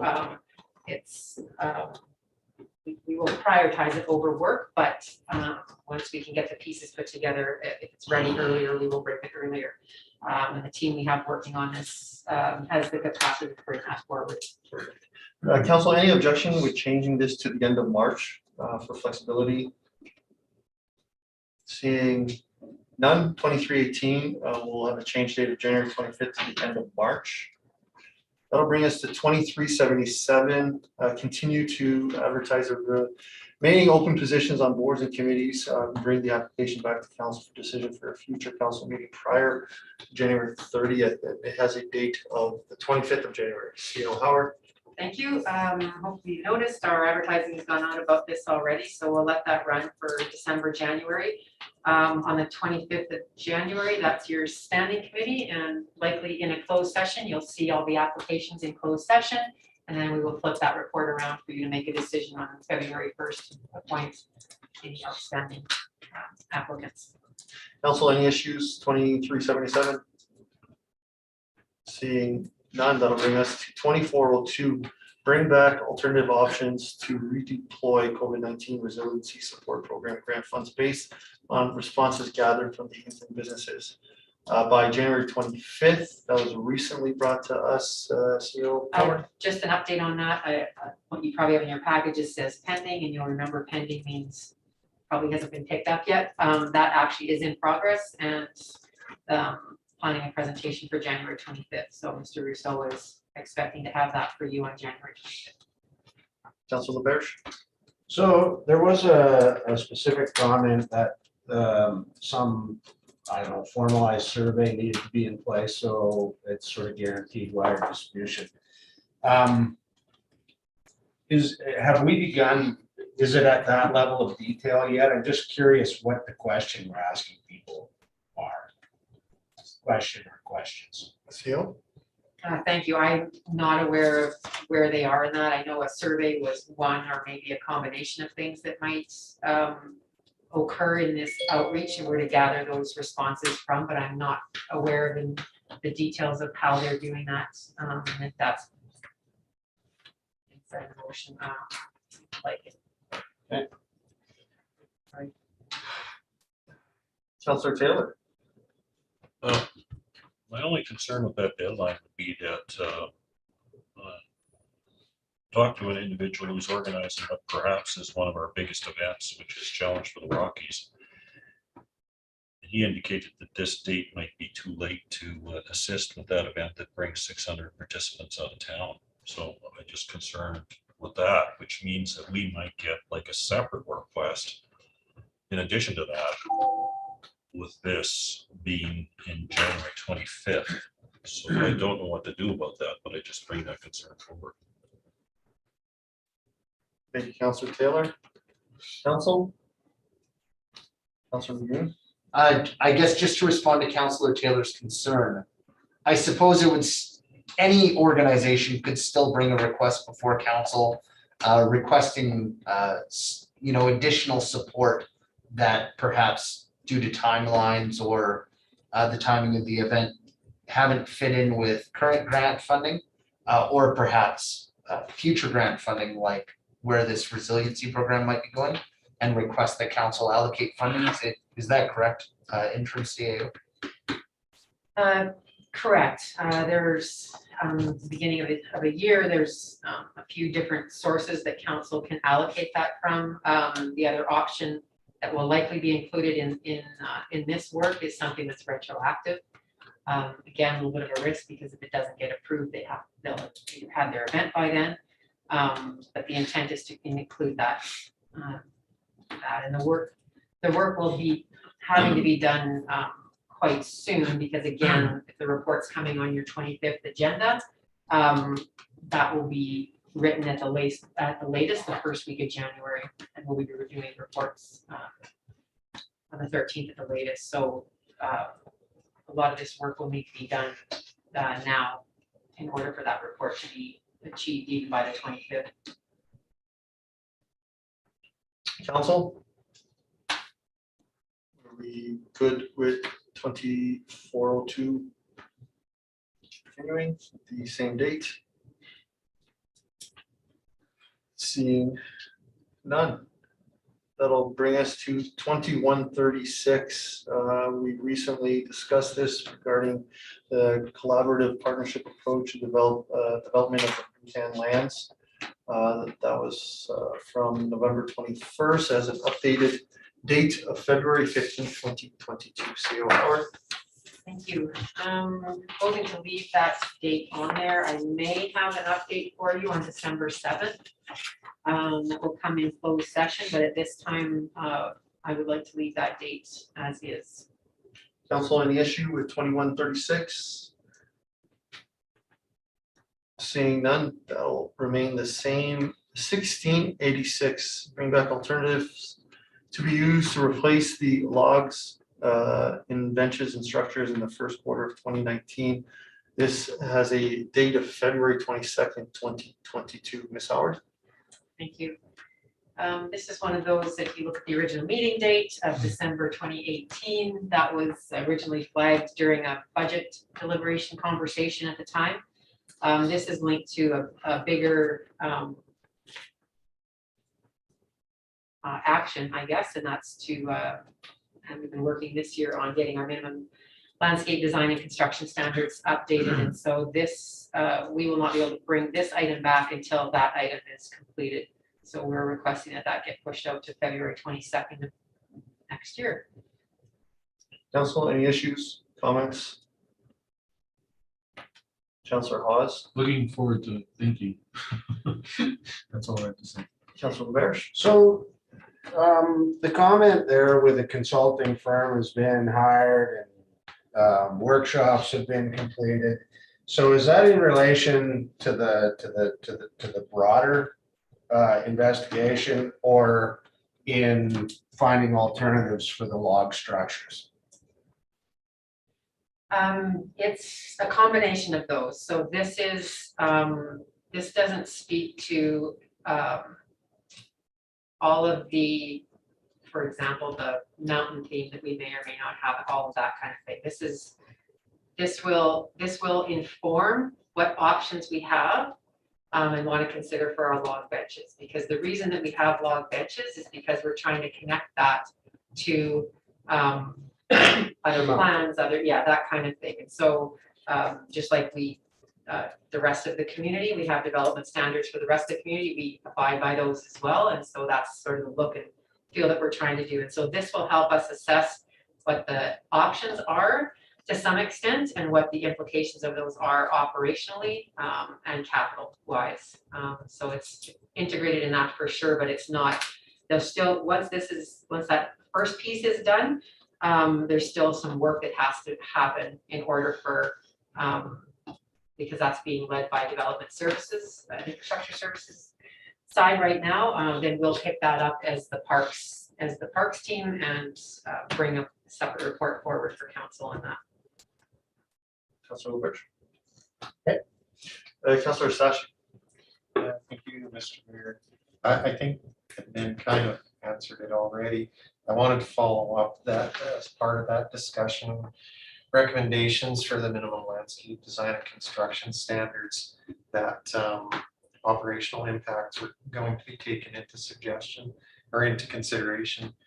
Because that was one of the concerns that I had or that I'd heard was that the log benches and the log structures are nice, but they require so much operational maintenance. And when it gets falling behind, then they start to look bad. So I thought I heard that was one of the considerations in coming up with the new design standards. If it could just confirm that is part of it. Yes, that is the case. I'm not sure that that's going to be where we end up. Shockingly enough, but when we are looking at all the other options, whether it's fabricated concrete, whatever all that else that is, and the cost of that, either initially and then life cycle over however many years. So we'll have that for council at that time. Awesome. Thank you. Council, anything else for 1686? Seeing none. 2112. To bring back a report outlining options for land consolidation at the Hinton Golf Course, the standing committee meeting. This has a date of February 22nd. Ms. Howard? That date still remains doable according to Mr. Rousseau, and may get pushed out depending on where we end up with our, we have finished, or we're well into the expression of interest process and the MOU that's going to be coming in front of council. So hopefully we can close this one off by the end of February because we'll have made progress with the other items. Council, any issues with this? Seeing none, 2212 or 2112 will remain the same. 2178 to bring a report to the standing committee meeting with options for duplicate boardwalk and trail sections and input from the oversight committee once established. That is the date of the 22nd of February also. Correct. So the plan is, of course, to bring that to the oversight committee. I know they've had their handover meeting, and I think they recently just had their first meeting. I'm not too familiar with their terms of reference and how often they meet, but this will get in the queue in front of them with the intent to actually provide input into that. So it's not just an information item for them. These are the kinds of tasks and functions that oversight committee will have. So again, until they can get that in front of them and they're feeling good about it, this will not come back to council.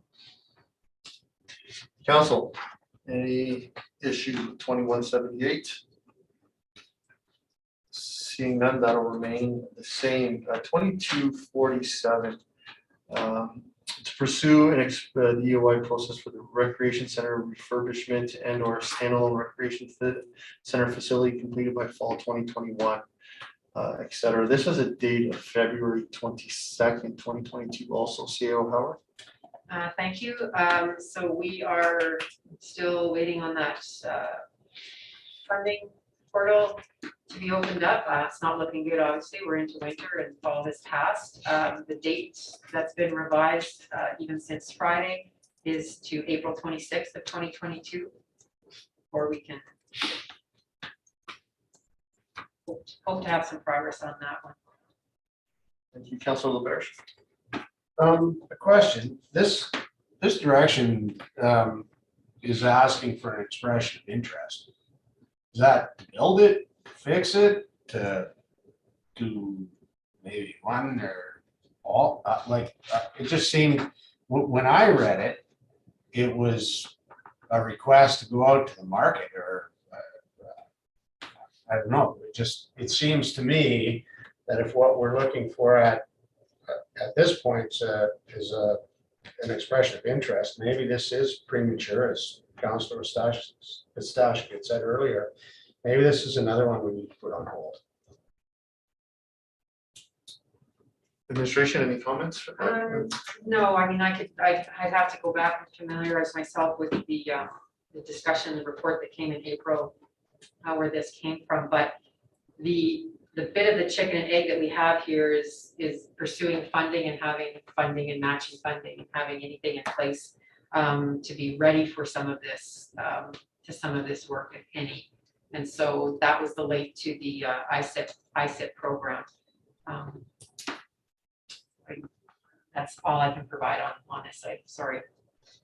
Well, I guess if I can just follow on then, is shouldn't the direction be to try and secure potential funding options?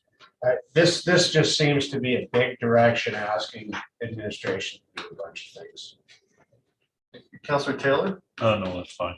Okay, Councilor Hawes? Yeah, if I recall, and this was actually Mr. Rousseau that brought this forward to us as an option, but it was to look at all the different possibilities that are out there for either refrigerant or a standalone recreation center, but to see what kind of funding was out there to even start having the conversation to what it might look like. So my understanding personally, I didn't know we were going to specifically target the ICIP grant, that we were going to be looking at all different options of grant funding as well. But based on the fact that we have to wait even for the ISIP grant, but that was my understanding of the intention brought forward by administration at that time, to see what is out there as options so that we can consider funding for the future of that rec center. Sure, they just don't match the words.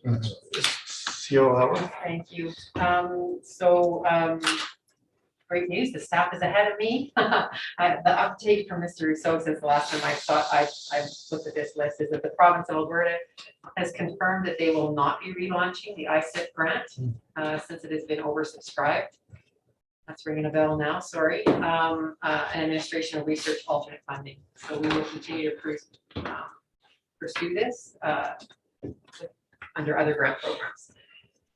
Councilor Magoon? Yeah, I guess that was just my concern, is if the ISIP program isn't available, if administration's plan was to bring it back. So thank you, I appreciate that. Thank you, Councilor Magoon. Council, anything further for 2247? Councilor Taylor?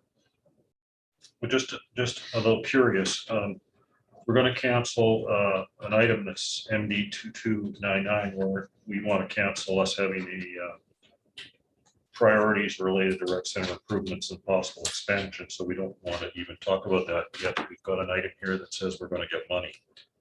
Is that inconsistent in any way? Would you like to request something, or? I'm just asking, is it inconsistent? Because to me, we have to have a discussion first that we canceled, and then we say that we're going to go get money. Councilor Sasha? It's not really directly related to Councilor Taylor's comments, so we can finish with that first. Okay. Council? Councilor Magoon?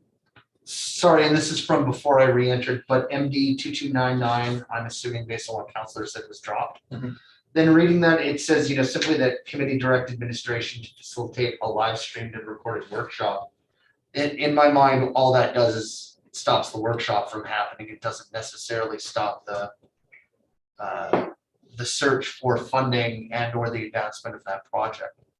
That would be my understanding of that, unless I've misinterpreted or I missed something, in which case I apologize.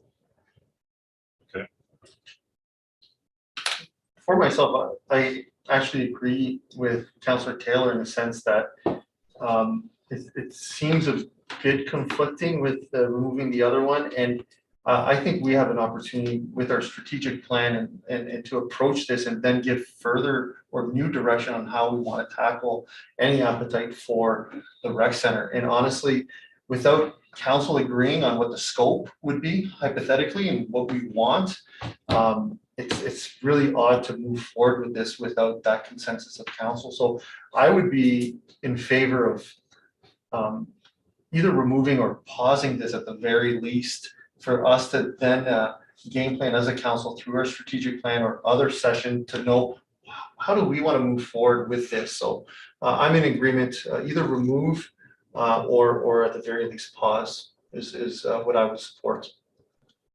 Councillor Magoon?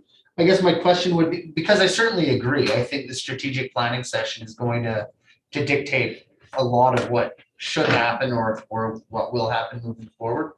Would it not make as much sense simply to revisit our action pending list following our strategic planning session to update it then and just make those adjustments? I mean, either or, I mean, it could stay on the list and we could, it doesn't matter to me, but I think really that follow-up is going to be where the rubber hits the road. Councillor LaBerge? It's on the list, we're asking administration to keep working on it. I mean, so if we say pause, that means you can stop working on it until there's been consideration. So again, my thought to this whole thing is what can we pull off the table that's not critical so that we give some direction to administration to focus on those things that we need done in the short term. So in here, I've actually changed my opinion. I actually want to remove it. I think we have to start clean and get our points, and even pausing it. I agree with Councilor LaBerge. We're giving a message to administration to work on it, and right now, yeah, I kind of support zero work on it until we know where we want to be. So that's my preference. Councilor Magoon, I think, was in the queue. Just out of curiosity, what was our anticipated date for a full strategic planning session then? Because that'll sort of impact where I would go with that. Ms. Howard? Sorry, I believe it was spring, but I believe there were some other conversations set in motion that was maybe hoping for something different than that. So I'm not sure where you might have landed on that. Councilor Stashik? Yeah, so now we've kind of, conversations kind of gone into the realm of what I wanted to discuss too, and that's, I'm aligned with your comment, Mayor Michaels, that it should likely be removed. I did go back and look because I knew the EOI process, it wasn't an expression of interest put forth by the town to prospective bidders. So I went back and looked because I couldn't remember exactly what it was. It's actually an expression of interest that's submitted by the town to the grant body so that the grant body understands that the town's interested in receiving grants. But that said, though, some of the requirements are project description, rationale, outcome, project funding sources identified, fiscal year project expenditure forecast. We don't have any of that stuff right now. So I think it's premature to get administration to continue working on this item. So I'd be with Mayor Michaels in moving to remove that one and considering it when the time is more appropriate. Thanks, Councilor Stashik. Councilor LaBerge? And I just suggest that 2248 it falls into the same consideration. Thank you, Councilor LaBerge. Council, anything further? Are we good to seek consensus to remove 2247 and approach this from a different angle in the future? Thanks, Councilor Stashik. Well, as Councilor LaBerge said, 2248 falls in there too.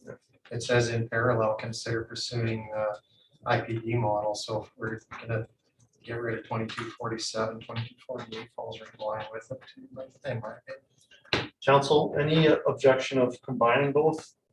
If you can have a quick look at 2248, Councilor Magoon. I guess just my question to administration would be the following. This would really be my last concern. Is the town moving forward, after strategic planning is done, if it is still the goal of council to advance the recreation center project, are we at risk of losing any work that's already been done if we were to strike these from the list? No. Okay, council, any objection to removing 2247 and 2248? Seeing none, 2247 and 48 removed. Okay, thank you, administration and council for that. 2334. Approve in principle the intent of the West Yellowhead Regional Waste Management Authority Board to move to a commission.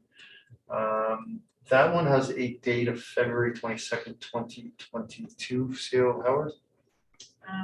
Thank you, Mayor Michaels. I just spoke with Mr. Rousseau about this today coincidentally, and there's a lot of work around this and a lot of implications around this. I know tomorrow they're meeting with the authority to kind of onboard the new elected officials that have been appointed to that board.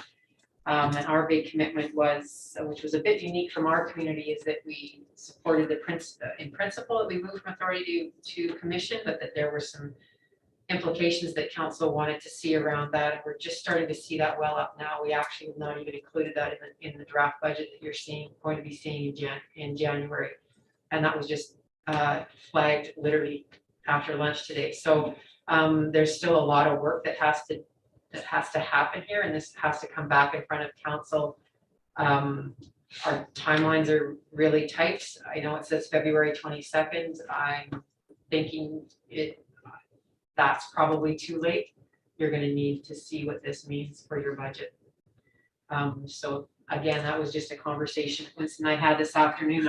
We hadn't decided on what we're going to do about that just yet, but that's seems to be on fire on any given day. So I definitely would not push that out further. Councilor Roberts. You may see it sooner. Newbie question. So somebody asked me this the other day and I had no clue. I mean, what's the essence of moving from an authority to a commission? What's the why? Whoa. I'd like to defer to our two reps on the authority if I could. It's new to me and not my background, so I'm already learning quite a bit about that. I'm not sure if Councilor Hawes or the mayor wants to speak to that. Yeah, if I may, it gives the opportunity for different governing models where the four participating municipalities would then be able to hire their own staff, let's say, and they would be accountable to the board of directors or this commission in order, and it gives them more ability. So we're losing some authority on what we can do individually, but it really creates a more truer partnership. Right now, the model proved to be somewhat challenging in the sense that you have town and Hinton staff working, doing the administrative work for four municipalities, and trying to push objectives made it challenging in that sense. So a commission essentially has. It just operates separately. Yeah. Okay. Correct. Councilor Hawes? Yeah, and to add, it'd be more business-like, which means potentially more growth options for the landfill and different options for various different programs and stuff. So the way it is now, it pretty much stays the same. This offers the opportunity for growth, and it is, so that's another purpose behind it. Garbage. Councilor Taylor? Yeah, I'm on the committee too, so I know something as well. It's being explained to me that it'll cost $100,000 more, so it'll work out to $20,000 to $25,000 each. And the advantage it gives to the authority or the commission is that it's going to have a full-time employee. And right now, that commission is run off the desk, so to speak, by one of our existing staff. So the full-time employee will get the more time to direct activities to running the facility and trying to come up with initiatives to lengthen or do things. It's only $20,000 to $25,000 per member now, and then we're going to add on grant cash, so it'll be $20,000 each. Thank you for that, Councilor Taylor. Councilor Hawes? And it changes the liability as well. The liability is on the commission and not on the municipalities moving forward as well. So there was appetite for that too. That's all. Thank you, Councilor Hawes. Council, so with the discussion and our comments from our CAO, we're good with keeping the date of February 22nd. Seeing none, we will move on to 2331. Council direct the CAO committee to complete CAO performance review prior to October 18th, 2021. It currently now has a date of February 28th, 2022. CAO Howard. Simply on hold until CAO's returns, which I just keep pushing the date out. Don't want to be too dramatic by pushing it too far out, but that's the dates. Just keep moving it a month at a time, probably. Councilor Taylor. My thought would be to remove it. Like whether you have a full-time or an interim CAO, whoever the CAO committee is, should be doing, regular feedback sessions with the CAO, whatever. Why we would be directing that committee to do that. To do their job, it would be beyond me. So council, any appetite to remove MD 2331? Councilor Ostashik. Yeah, absolutely. I concur with Councilor Taylor. I'm not sure that motion was appropriate to make at the time. That's part of the committee's duties, so I have no problem removing that. Council, anything further? So any issues with removing MD 2331, please speak now. Seeing none, 2331 will be removed.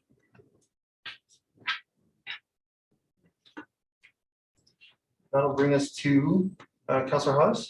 Yeah, the next two, I guess, go ahead, Mayor Michael, sorry, I was quick on the. Yeah. Direct administration to present recreation center project funding plan options by the end of December 31st, 2018. And I see where Councilor Hawes is going with that. Administration, any comments? No.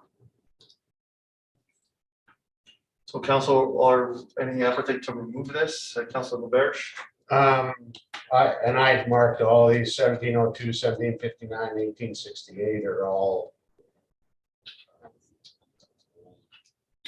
directions on the rec center. Councilor Hawes? Sorry, 1759 is a separate to the rec center, if I may, that's on water service levels. Point of order, he didn't mention it. He mentioned 1702. You misheard him. I thought you said something. No, I said 1759 as well. I thought Oh, that I'm they sorry. were water levels as Oh. far as the rec center. Yeah, goes. it's- 1868. So it sounds like 1643, 1702, and 1868. Councilor Stashik. If we're gonna speak to the three of them, 1868, I would actually like that one to stay in there, but we could push the date. That's fine. I think it's important to get an update on, especially since we're so transitional, what next steps would be in an update kind of on the process would be good. But then, again, no rush. Okay. So any objection with 1643 and 1702 to be removed? Councilor Lagoon? Not an objection, just looking for the same assurance from administration. We're not at risk of losing anything if those are removed from the action pending list. Correct. We have done nothing on those, and that's why they're on hold. Okay. So I'll seek consensus to remove the first two, 1643 and 1702. Any issues, objections? Seeing none, 1643 and 1702 removed. 1759, administration to bring water service levels and delivery to a standard committee meeting end of October 2019, has a date of March 22nd. CO Howard. Mr. Rousseau is requesting an April 26, 2022 extension to that. I know when he joined us, we've been trying to even go back and figure out what this one was and what it was about and based on. So that, and it just hasn't become a priority at this time. So we could go back to April 23rd double check that, but it's, Councillor Stashik. Yeah, again, I'm premature at putting my hand up to ask a question, because that was going to be my question. I'm not sure what water service levels and delivery, I'm not sure what that even means, so I was gonna ask administration for some clarification, but I don't know that they have any, so. Councillor Taylor. I don't know what it means either. So, Councillor Hawes. And I'm just spitballing this, but I recall a conversation, there was a program a while back in regards to some of the multiple dwellings, particularly apartment buildings, and there was some indiscrepancies in billing and water service levels in regards to that. And it was brought a long time ago, and it was put on to take a look at water service levels in our community. And if I recall, I looked into this as well, and it was a while ago, but it seems to be connected to that. And I do, and I can't speak to more than that, but that's what I recall. And it was roughly about that many years ago, so. Councillor LeBerge. Well, given that nobody knows what this means, I mean, that's one of those things where I would suggest that if it's still relevant, it's gonna come up. I mean, this is one of those things where I would suggest that it comes off a list. I mean, we've heard from councilors and administration that they don't even know what it's about. Councillor Stashik. Yeah, thank you. Sorry, I went back again and looked at some past agendas, and it looks like Councillor Hawes is correct. There was an action and discussion item regarding water billing change request for older apartments. And I'm guessing that this direction stemmed out of that discussion. And I believe Councillor Hawes captured it regarding water metering and usage for apartments. Just a little background about what it may be about. So council, what would we like to do? It sounds like we have a couple of options to extend the date, to remove it, or do we want to direct administration to bring a recommendation for it so they can look into it themselves? And at the next meeting, they can provide us more insight, and then we can decide on that date, or do we want to deal with it tonight? Councillor Stashik. I have a question for administration, and it's just about water supply and service levels in general. And there's been some talk about exploring metering again. And I'm just wondering, was there a direction from council to address anything like that? Because this could definitely be removed. It would be automatically rolled into that other discussion if it's coming forward. Thank you. Administration. I'm not aware that there's an outstanding action item for us to bring the whole concept of metering and whatnot in our community. I mean, we, over the decades, would certainly come to council every few years. And there's kind of, always new and updated information kind of each time, and we end up sort of landing in the same place. Not to say that there's not another time, that now is not another time to do that, and rightfully so. So I'm not aware of any other direction or anything that anybody's working on for that. And then if I could just, while I have the floor, on April 23rd, we're on item 1759. That was actioned after someone came in front of council as a delegation. It was not a report of administration, or it was a citizen that come as a delegation to council, and then this was at some point in time in that direction of council to do that. Thanks. So if I could follow up. That said, with that information, despite the fact that there isn't forthcoming discussion, I would actually prefer to have a holistic discussion about water service management, service levels in its entirety, rather than have direct administration to focus on bringing a report back that's only pertinent to commercial apartment buildings. So I would actually like to have that removed, and at some point in the future, we can have a discussion about water service level management. Thanks. Councilman Good. No, that's exactly it. So council, I'm of the same mindset for that. I think if there's a strong appetite, do we want to amend this to have it as a broader conversation, then extend the date? Or do we want to simply just remove it and then us as council then have a discussion? So there's two ways of either recreating that, or do we want to save time tonight and may or may not be the will of council to amend this to speak to the overall water conversation? And allocate a date, Councillor Hawes and Councillor Stashik. I'll let Councillor Sessions. Councillor Stashik. So in my opinion, I don't actually want to task administration with going out and doing research and bringing reports back about water service level management. Because I think that's going to come back to us as we go down the road towards, the water treatment plant, and metering is going to become a component of that and possible funding source to help pay for the treatment plant. And so I think if we just let things go, that conversation is going to come back to us holistically through other things that we're going to have to deal with. So rather than directly tasking administration with that single thing, I'd prefer to just let it come back to us when we have other discussions that are related. Thanks. Council, I see some nodding. Any objections to removing 1759? Councillor Taylor? Well, the only thing that's inkling in the back of my mind is somebody thought this was important to come to council. Council at the day thought that this was important to do a direction. So should we at least have somebody go back and read that and understand what the original concern was and see whether it's relevant for us to still address? So if I may, if we can ask administration to give us a verbal update on next week, as much information they can have, because tonight this isn't official, this will come back to us. So if there's consensus to remove it, but then administration could speak to it with any other information that they have, then we can choose to omit it or to continue on with removing it. So are we comfortable with that, council? Yep.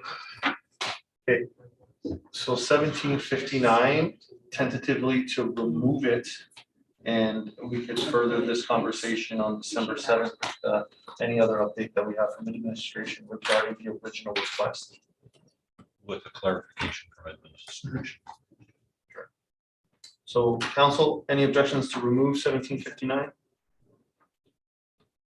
And seeing none, that is removed. 1868, to bring a report including options on the next steps for the aquatic center before the end of 2019, and that was included, I think, in the other one. Any objections to removing that? Is that the appetite? I'll go to administration first. Any comments, Ms. Howard? No, I think we should get clarity on this though, because I think earlier we were talking about rescinding all of these because they're waiting for something else, but now we've removed those as well. And then I thought perhaps we're removing everything in the action pending list related to the aquatic center until it gets in front of council's strategic plan. And you don't need a direction to do that because it'll just, you decide it's on in that process. So the next step about the aquatic center is probably your strategic, having a conversation, your strategic planning session. So this is the difficulty with broad comments or directions like that. I'm not sure what to do with it. Councilman Moon? Personally, I think the way I view it is I'd rather see this one because it is such a high level direction remain in place. Because I think to remove it fundamentally changes a past direction and motion of council. The other ones they're detail oriented and it might not be pertinent to our context today, but I would feel more comfortable seeing that stay until council perhaps has the opportunity to change that direction through a strategic plan. Councillor Stashik? Yeah, when I spoken to this one earlier, my preference was that it stay in with possibly an extended deadline. The reason being though, there's been so many changes to the recreation center project that I think it would be good for even, the returning counselors as well as new counselors to kind of get an update on where we're at right now, how we got to that place, and then some potential next steps that council could consider. And I think that should come before strategic planning because it's going to give background information that we as a council would need to help inform our strategic planning discussion on what the future of the rec center is. So that one I would like to see in, and the date, whatever, as long as it's before strat planning. Okay, council, any issues? Did you say before or after strat? plan? Before, so we can use that information Oh, yeah, to, okay. to inform our strat planning discussion. CO Howard? Thank you. I'm sorry, I took through too many pages. So the last most comprehensive report that came to council was in April of this year, which was where some of the other directions, 2247 and 22, so it would have been April 27th, which sounds like it was probably a standing committee, and that was that really comprehensive report that said, here's the last 30 motions that have ever been made and all of that. So I mean, and that's that sort of catch-all. So I feel like if we went back to that report, it would give you, here's what's been done, here's where we're at, here's where we think you should go. And that's how we ended up with that, you know, pursuing an integrated project delivery model to undertake that. And so, yeah, perhaps the next step then is just to say, let's send it to the strat plan and that's it. But I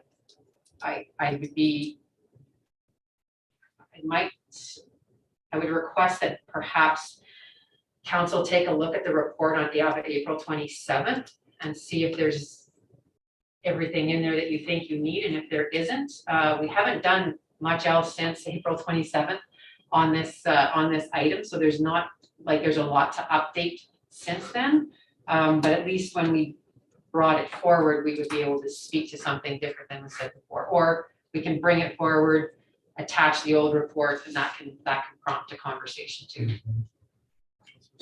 Yeah, thank you, Mr. Mayor. Yeah, that was gonna be exactly what I was gonna Okay. suggest, like, even if it just means that same report. Okay. Just gets brought forward again, that minimizes the work administration has to do, winds up on a new agenda, and then council has an opportunity to look at it again and to ask additional questions if there are any. I think that would be a pretty good way to move forward with it. Thanks. Councilor LaBerge? Is this on the website? Is this something I can go Yes. get? Okay, Yes. excellent. So council, it has a date of March 22nd. If there's an appetite to just get a similar report that we had from April, do we want to see this before March 22nd? Because then that obviously would give us flexibility on our strategic plan. I don't know if there's appetite to do our strategic plan in April. I've heard appetite of having it prior, so having this earlier will give us better flexibility. Councilor Rubin?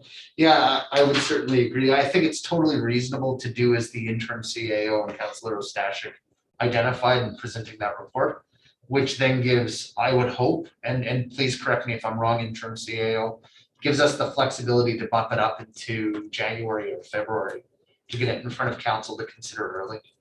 So with that, I'll go to Ms. Howard. If that's the appetite of council to not just redo a report, would we be able to bring it? And if so, when would be ideal? So if we bring it as just an information item, it doesn't work, not even as a discussion item, our intent would just to be, here's information. Have a little cover report to it if you need to, just for context, to capture this. Yeah. That would be, you could have that in any one of your, not anyone,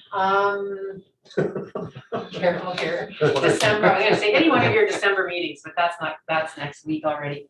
Either, if we're just submitting the report, either December 14th or December 21st, you would have we would literally just say, here's the report you received before. That's adding it to an agenda. I could do that for the 14th or the 21st. And I think both of those meetings are getting pretty full and lengthy, but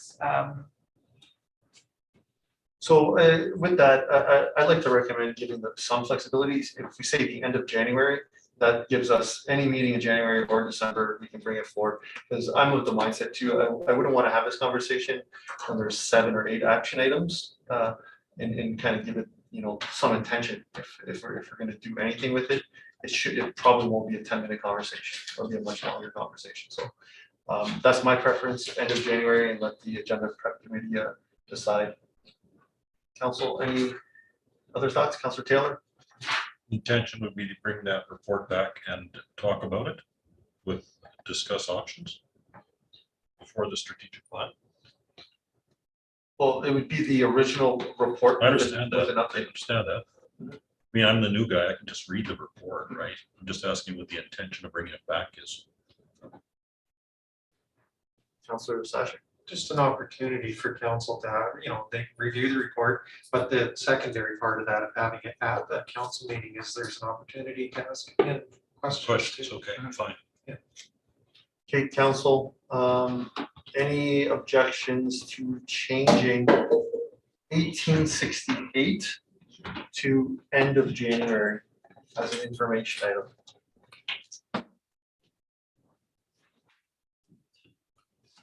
None, 1868 amended to end of January as per our discussion.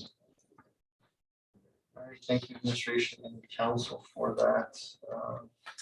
Ordinance 2031, council will direct administration to develop the full cost recovery volume-based fee structure for residential and commercial customers based on service costs. That has a date of March 22nd, 2022. CEO Howard. Thank you. Mr. Rousseau is requesting that that be moved to April 26th of 2022. Okay, so a request for end or April 26th, 2022. Council, any questions? Council LaBerge. Good question. So are we just talking about garbage collection here, water, all of it? Administration? Because it talks about volume fees, but without sort of addressing that at all. So I believe this is just around the waste management bylaw. So again, wording in a motion that makes it stand alone would clarify that this is around the waste management. So do we want to do that and clarify the instruction to, so we understand it and administration understands it? There could be a second piece to trying to bring something on, here's the actions that you're wanting to rescind, then here are the actions that you want to reword, because you would have to reword those. Would it be helpful? Yeah, would it be helpful? Maybe what we could If there's an do understanding, as it's a fine, I practice, I guess, think we but believe there's an understanding. Okay. We're just careful not to modify any of the motions. And only in the progress, if, where we would kind of know the context of that or going back to that.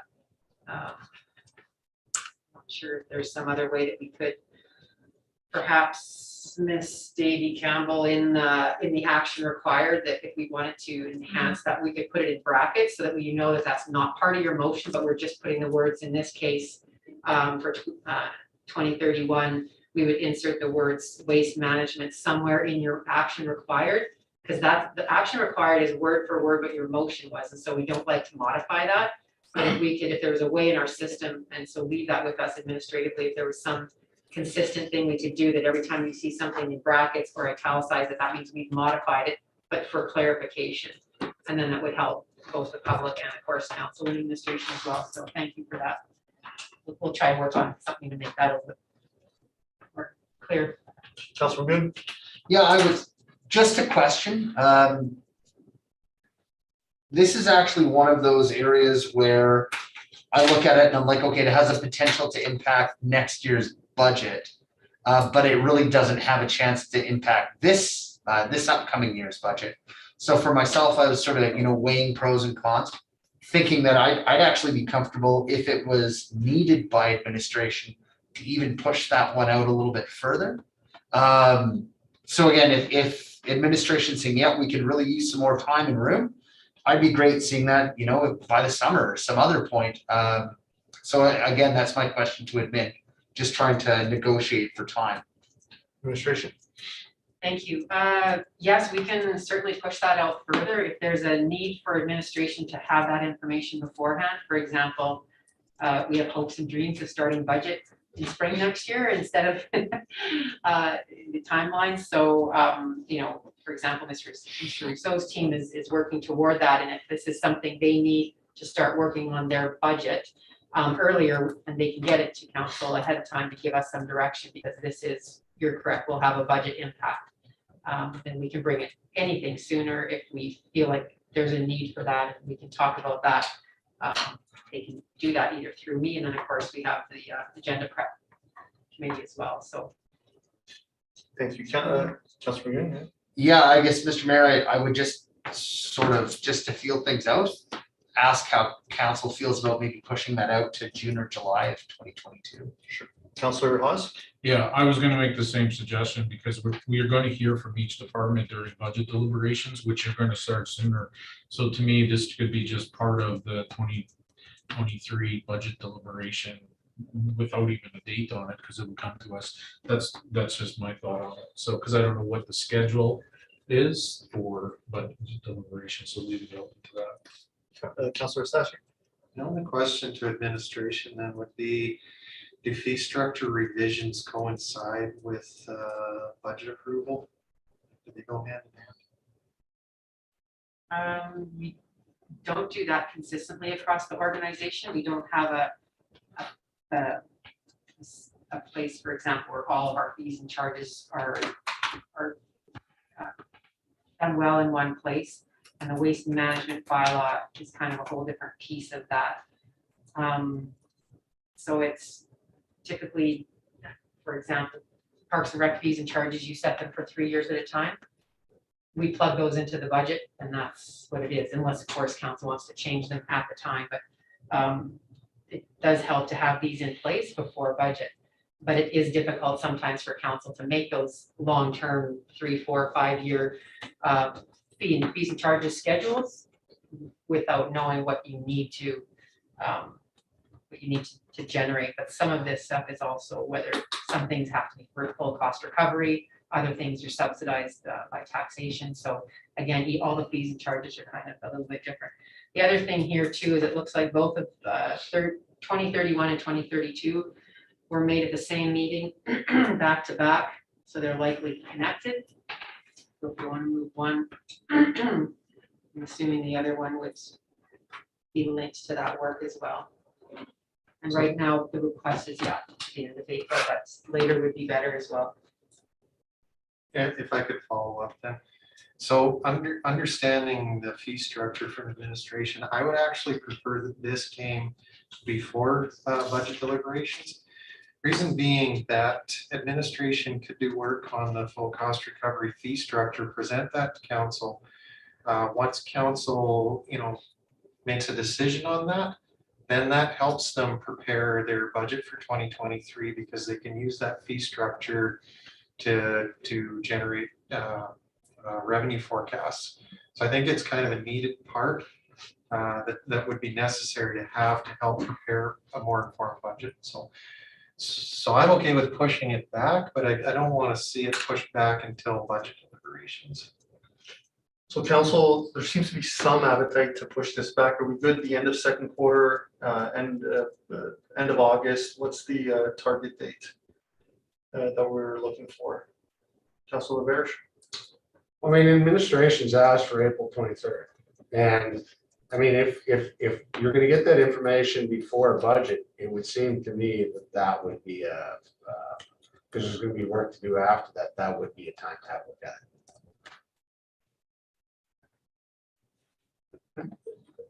Administration, what is administration's recommendation on your time? Would you like this to be pushed out? That's what I thought I had heard.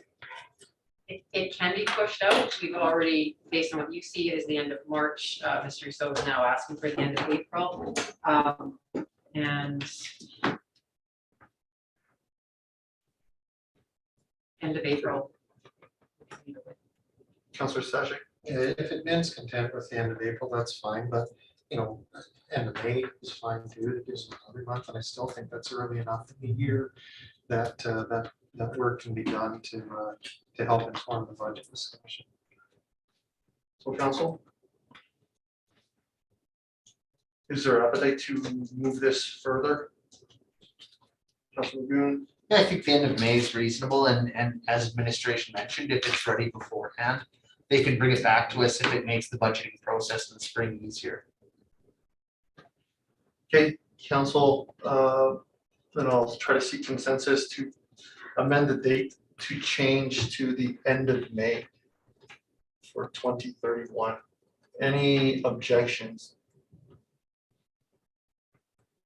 Seeing none, 2031 will be amended to show end of May and give administration that flexibility to bring it anytime prior to that. But end of May will obviously be a lot of time before the 2023 budget. Okay, council, anything further? Seeing none, for 2032. Looks like the CAO Howard said that was done at the same meeting. Any comments, Ms. Howard? No, I will, I'll pass it back to you. I'll just double check that those motions were made under the same agenda topic and not under two separate agenda topics. Councillor Taylor. My only thought on that one would be that my understanding is that the economics of recycling have collapsed. Not sure if it's been since July of 2020. So is any time a good time, or is the future or now a good time to go to the public for public engagement, and what I assume is, more recycling options when economic viability of this is just gone down the toilet worldwide. Councillor Haas. Yeah, I agree with Councilor Taylor. I think this also coincides somewhat with the conversation of the commission, and if it moved over, and then the future of it and how they might be involved in this as well. Because in the past, we've heard that there's quite a cost to recycling in our community with the shipping that we have to do and everything like that. So I don't know if this is the right time to potentially have this until we figure out some other details that are changing it. And based on the information we had in the past, why we did this has changed now. I think it's reasonable that we can push this one to a later date or at least have a conversation of council before having a public input. So thank you. So council, is there appetite to move this back or to remove this and then treat it sort of like the rec center and then reassess? Councillor Stashik and Councillor Smith. Thank you, Mr. Mayor. I would actually be in favor of removing this. I find undirected public consultations are not necessarily the most fruitful thing. So without having an objective or options or something to discuss, I'm not sure what the benefit.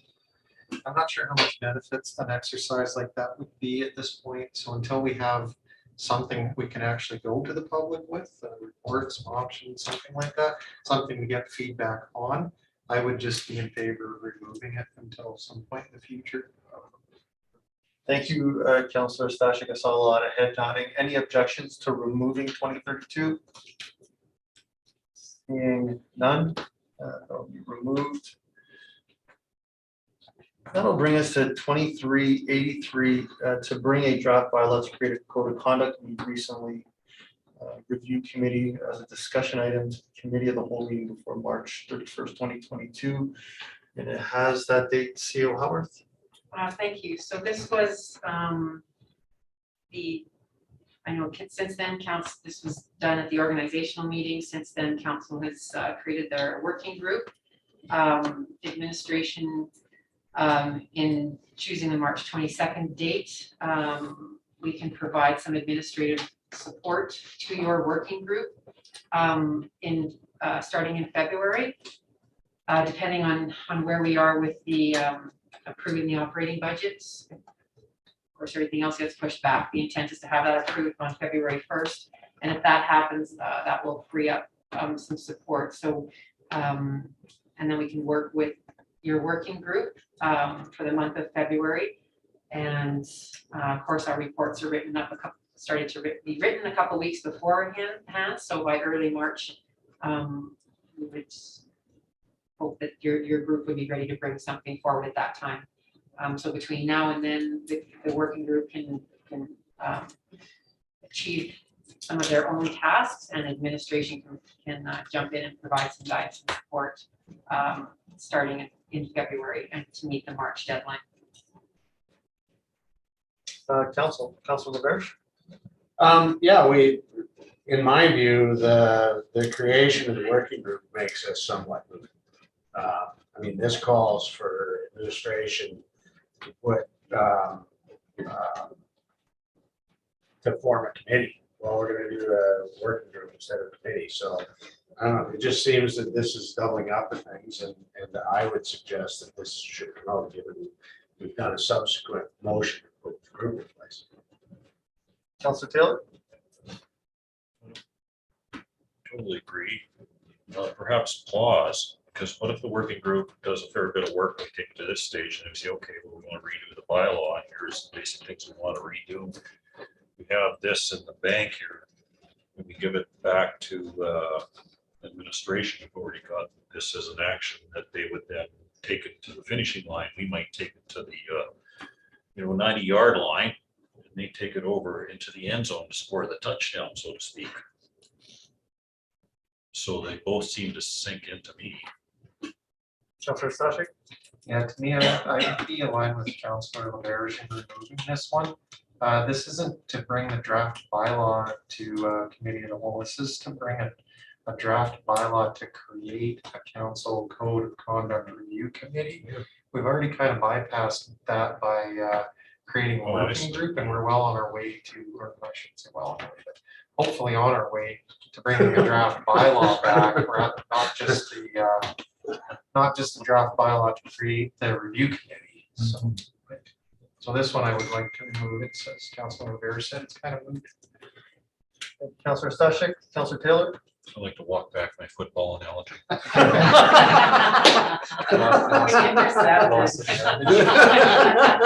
good. Oh, it was good.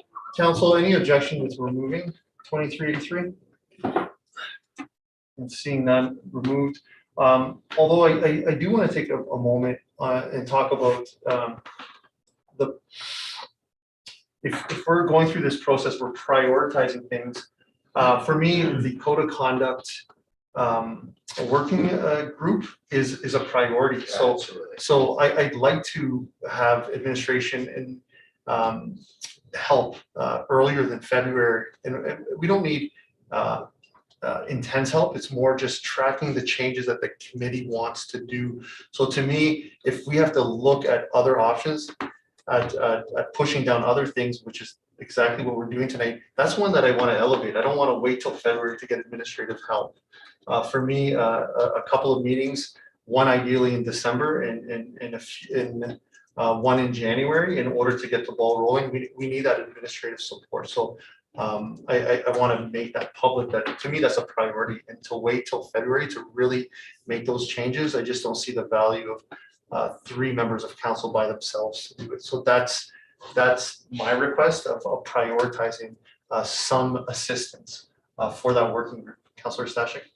Yeah, I would agree. I think that a lot of the background work that the committee has, or that the working group has to do, can be done independently. For example, reviewing other communities' code of conduct, bylaws, stuff like that. That I don't think meeting time needs to be used up with tasks like that.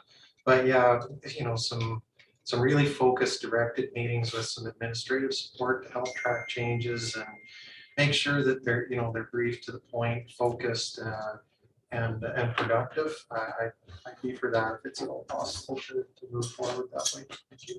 Councillor Haas? Yeah, and I agree, and I think I shared with everybody coming from the AM conference, the AUMA has a template and a really good layout for council to get started on doing their code of conduct. And so I shared that, and I just took a look at it. There's templates in there, there's everything. So I think there's a good start that, maybe as a counselors as a working group to meet together, have that high level discussion. And then, I agree. I think we really need to. This was one bylaw that was stated in AMA conference that of high priority to new council. And as I say in the meeting, we've done 2. We've got them off the plate with the procedural bylaw and CO bylaw. This is the one that is also essential. So I think it needs high priority, in regards to both the working group, and hopefully by doing this task, we've maybe freed up some time for administration as well. So thank you. Thank you, Councillor Haas. Okay, Council, CEO Howard? Thank you. So I will take that back to administration, and we will prioritize our our priorities to accommodate the request to have an admin. That is your legislative services coordinator who should be doing that. And so while I appreciate the exercise tonight, that's not the workload that is on that person's plate. There's different policies, legislations, bylaws that are in the queue that are needing to be done. So we will put those on a bit of a hold, and we will make this one a priority for council and designate some admin and legislative support for you for that exercise. Councillor Stashik? Then a question to administration then, is there any council directed tasks that would fall to the legislative services department that we could consider diverting or deferring? Not directly that I can think of. Every single thing that comes before council has a legislative review on it. So all the reports are reviewed by that position, and of course every meeting and all of the minutes and the agendas and whatnot. So really it's the pace and volume of your meetings, the number of meetings and the minutes, and that piece that's sort of the routine day-to-day work. And then like I said, the policies, procedures in between there, and the support that's needed for all the reports that come to council. So I'm off the top of my head, I can't think of if we could delay something by 3 months, that would free that position up to provide support. It's really the administrative pieces of all of our other policies that need to be reviewed and researched and bylaws. So I could just follow up, and if there is anything that comes to mind that would require a council direction to help free up some administrative time, then I'd encourage administration to bring that forward for council's consideration, and for the committee just to request to just try and keep everything as focused and tight as we can to get as much work done in a minimum. Thanks. Thank you, Councillor Stashik. Okay, council, thank you for that dialogue. That'll bring us to 2293. 2383, do we have consensus it's coming off? I thought I already did that. All right. Yep. 2293, council direct administration to proceed with the tennis and pickleball court resurfacing capital projects in 2021. That the total allocation of 71,811 be funded from the Parks Trails Reserves. CO Howard. thank you. That's just a straight up carry forward capital project. So that's when we anticipate that project being done. There's no further action from council, and there'll be no other specific reports to council other than just what you get on your quarterly financial updates on the status of that project. Councillor LaBerge. Rookie question. So this is for the Father Redmond courts, is that right? Correct. Thank you. Council, Councillor McGill. Just, I guess, a simplification question for the report itself. If really then all we're awaiting is the completion of the project and the quarterly statement, is there any reason why we would keep it on if it exists in the budget? Not on administration's part. We're doing the work. We don't need this on here. But if it was just a tracking for council to not lose track of it, but it's in the queue, you'll definitely see it in your capital project updates. So it can be marked complete, not because it's complete, but because there's no further reporting to council to be done. And so that's this list has been used for a couple of different tracking purposes. This is an example of one. Thank you very much, that we would consider we wouldn't have to bother you with anymore. We've got it. Just to follow, Mr. Mayor, really, it doesn't matter to me one way or the other, just looking to either simplify the administrative process for admin if it's easier that way, but I'm good either way. Yeah, I'd support that too. Council, is there appetite to mark this complete and then remove this? Because we're treating this one pretty uniquely compared to all the other capital projects that we have. Councillor Haas. And we still track it with the new system that administration has, it's in the completed list. So it's still being tracked as completed. So I would be in support of marking it complete. And we don't, if there's no further action by us, it's, yeah. Council, any objection to marking this complete? Seeing none, that will be marked complete. Thank you, CEO Howard and council for that.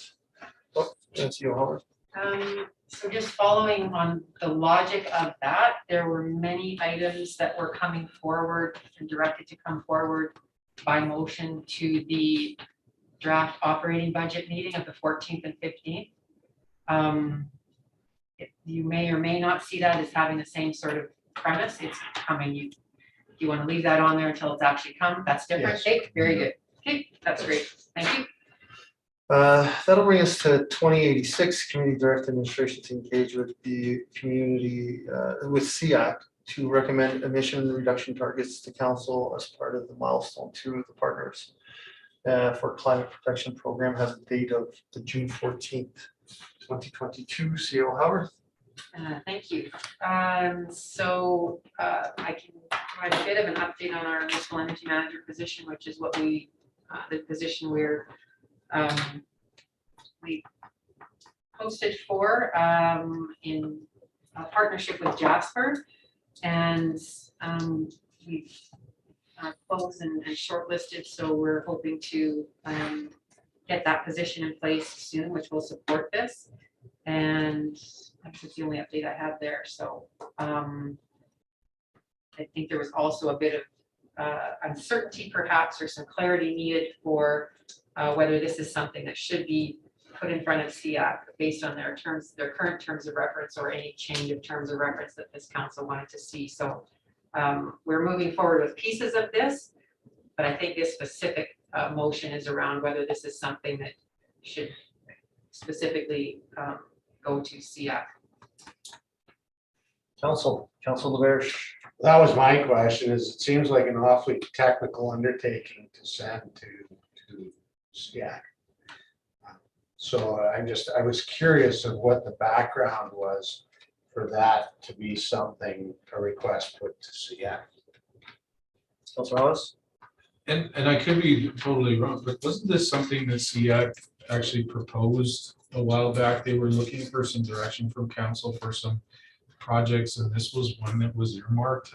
And I'm just throwing it out to the rest of council if that was their recollection, but I remember it was former Councilor Waugh, I believe, that brought the ask from SEAC on a few different things. And because we were looking at the municipal energy manager, partnering with them and doing some work there, but that's how I recollect it.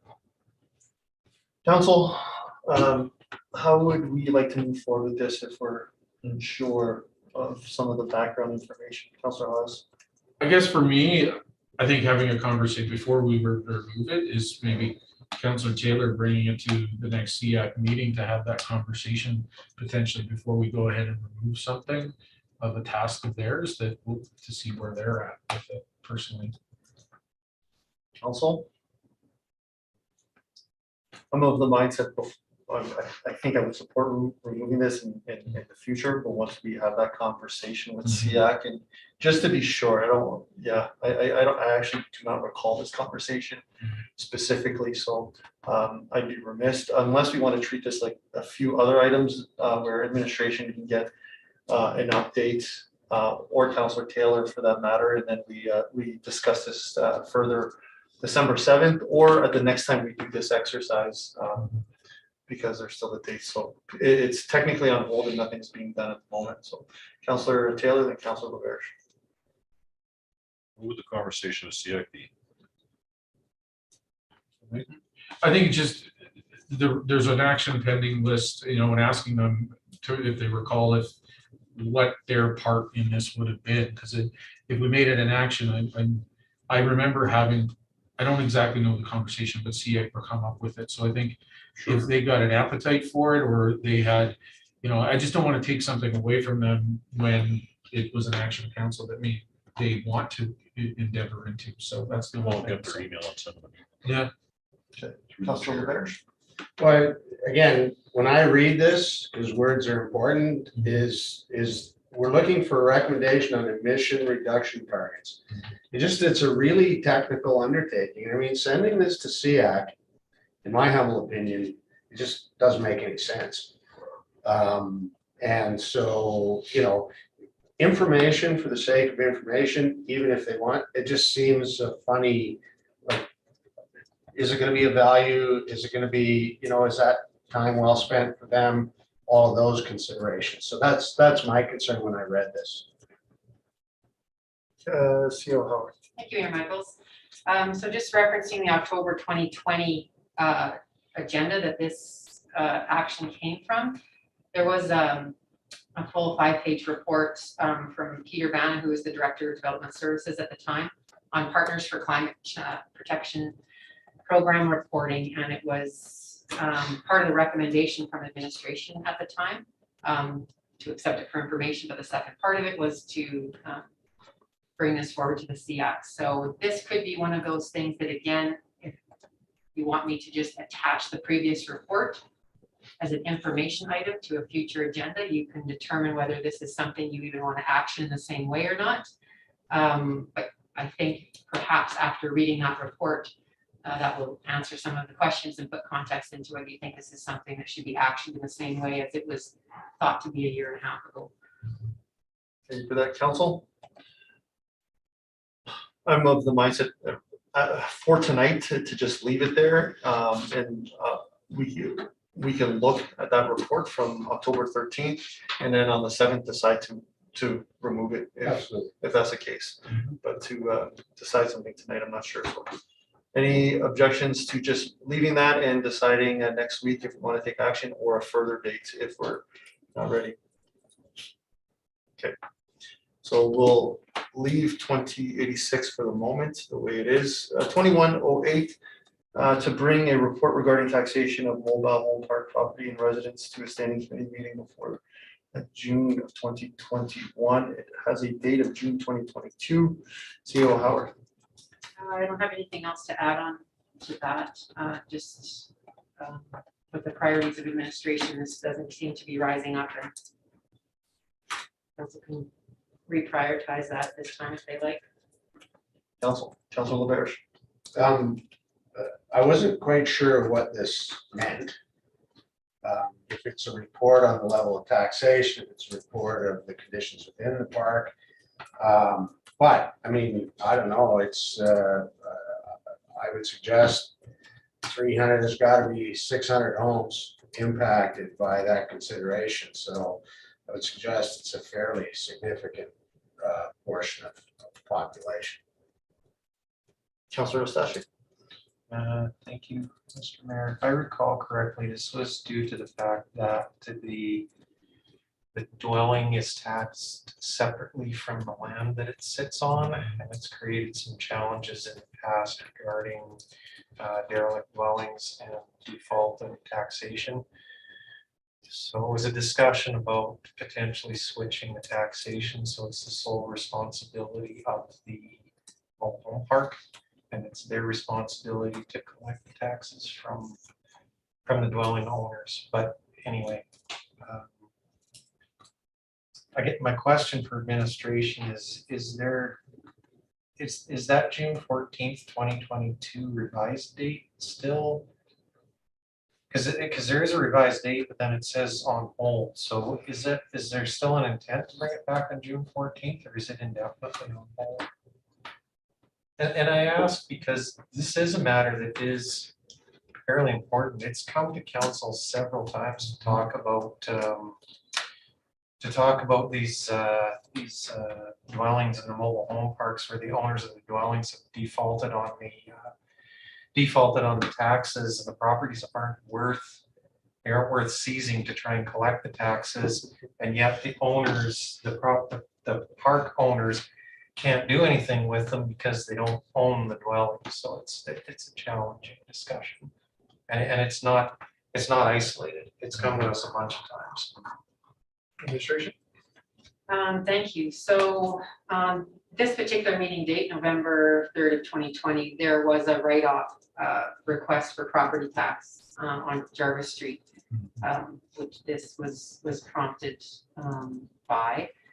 And so again, based on other timelines, the June 14th, 2022 is when Corporate Services believes that they can get something in front of council for that. So that's soon enough. That's based on the current workload. Again, any of these dates could change when other things change, but based on right now, that is, it's just on hold and we're doing nothing with it. So sometimes, and that date's been pushed out before. As you can see, the original due date was a year previous. So we're working toward a June 14th, 2022 report for council. Councilor Riggs? Thank you. I was just going to explain to Brian why this was here, but I'll put that in council discussion. So, I'm good. Thank you, Councilor Riggs. Council, are we good with the June 14th, 2022 date for this? Seeing no one, that will remain the same for the moment. That'll bring us to 2191. Individuals' reserves be removed from the fiscal responsibility policy and be replaced with overarching reserve policies. That the above motion be referred to March 9th, 2021 standing committee meeting to allow administration to explore the possibility of including appendixes materials as discussed in the standing committee of February 9th, 2021. It has a date now of June 28th, 2022. CO Howard. Thank you. So this is intended to come to the second committee meeting of June. There has been some work done on this already, which is indicated there as the draft has been completed. We just haven't been doing more work on it since the draft, just due to other priorities. So we are still hoping to have that in front of you by the end of June. Thank you, Councilor LaBerge. Just a question of administration or process, because, and we fall into a bunch of these now where they've been reprioritized due to limited resources. As far as process goes, would administration simply change the date on that thing if that, or is this something that comes back to council to have a look at to, if things are going to be reprioritized, how that's done? Administration. Thank you.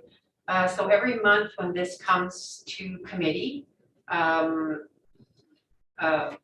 my commitment would be is that I would highlight anything that we're proposing to have a new revised date on it. I would bring that to your attention. It would already be reflected because of the way that we're sorting that column. Everything's based on a revised date. So that's where the conversation would come in. And if council supports that, when they approve this item for information, they are approving the new revised dates in there. So every month is when you would be able to touch this and agree or disagree or support the new revised dates on this. It's important that we look far enough out for them because some things can happen within 2 weeks that can't be delivered, in which case that's the conversation we have when we meet weekly with the agenda prep committee. So this document populates what's in the agendas for the next 4 months, or sorry, 4 meetings that the agenda prep meeting sees. So there should not be a gap between when you see this item monthly and when we meet every week with the agenda prep meeting to look at the next 4 agendas. There's an opportunity to see where things are and see where things moved around. So some things might be moved for reasons other than staffing resources. It might just be sheer size of the meeting and all the other priorities and whatnot. So sometimes that gets moved around by the mayor and deputy mayor. But that would be reported at your last committee meeting each month. Thank you. That was really my question, and I think it's important that discussion happen. It can't be done, and we need to understand that and change something else. So I appreciate that. Thanks. Thank you, Councilor LaBerge. Councilor, are we good with 2191? Any changes? Seeing none. That will bring us to 2192 to bring back the fiscal responsibility policy FN 13.1 with a review date of March 22nd, section 6.8 include no later than 6 weeks from the end of the quarter. It now has a date of June 28, 2022. Ms. Howard. Thank you. So some of these, back in February of this year, council had given some direction on what they wanted to see in changes for the fiscal responsibility policy. And we just haven't been able to bring that full document back. Some of them we've been trying to meet regardless. For example, this one, 2192. While your policy has not been updated to reflect that you would like to see your financial update no later than 6 weeks from the end of that quarter, we are still targeting to achieve that. So some of these we've implemented already as sort of a best practice and understanding that that's the intent of council to go in that direction. So I just wanted to make that comment there. And other than that, again, this is connected to the other one where we'll bring that all back in one piece. Councilor Taylor. I don't really know what these are, but is there a 3-sentence summary somebody can give? If it's bigger than that, then I can wait. Administration. I cannot make them more succinct or clear than that. My apologies. I can get that to you just in an email. If you, Sure, that'd be if you'd like. perfect. Okay. Yeah, thanks. I just like to understand it. Thank you. Okay, council, are we good with 2192? Seeing no one, that'll bring us to 2235. Bring back a report with the safety and revenue implications of terminating the ATE program upon the expiration of the extension with global traffic end of 2021. This is a date of June 28, 2022. CEO Howard. Thank you. This one will not get done any sooner, again, with the recent changes. Impacts the Protective Services Department. Also, we're waiting to determine what we can and cannot do, either instead of or in the absence of the agreement that we have now. I also want to point out, and my apologies, I don't have that right in front of me, but I believe the current agreement does not expire at the end of 2021. I think it expires at the end of 2022.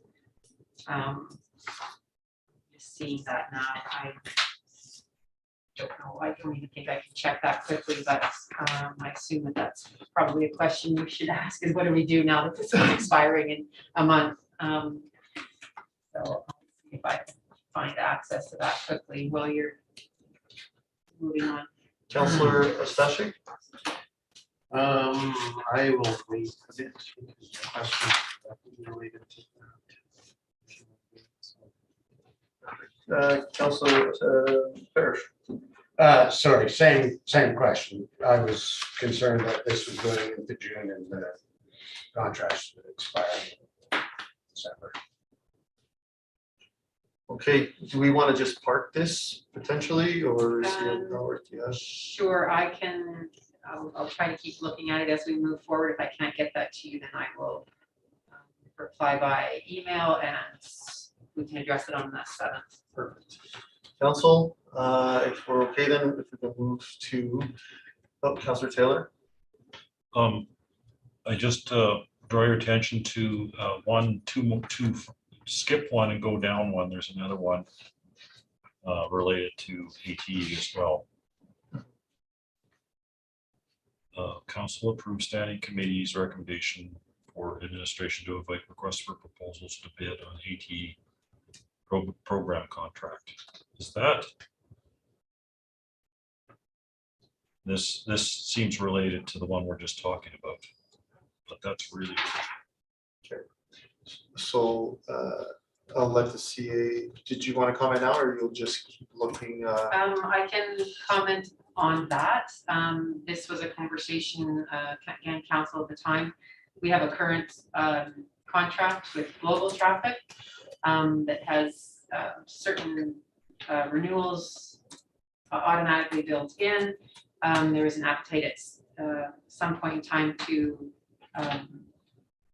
do a new full RFP process because it hadn't been done in a while. And at the time, there were very few automated traffic enforcement providers in the province that met the requirements of the province. And Global Traffic was one of the significant providers for that. Over time, that has changed. And we will be able to do nothing with this until the province determines what they want to do with the program, because we can't call for new proposals to provide a service. First of all, if we're not sure that we want the service, and second of all, we don't know the parameters that they have to comply with according to the provincial government. So while we have, and I know we're jumping ahead to 1884, but while we have a June 30th revised date on there, that could be any date. We just keep pushing it out because we have been given no indication that the province is going to resolve that anytime soon. They did originally say 2 years, but that was 2 years ago. Councilor Taylor? Good. So we'll go back to 2335. To proceed with naming of the football field and track area at the Hinton Recreation Center to the Chris Johnstone Field. That has the date of June 28, 2022. CO Howard. Thank you.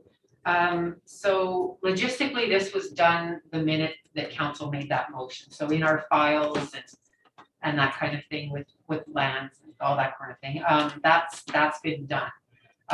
We assume that there's more of an expectation to do something more than just label it in a file somewhere.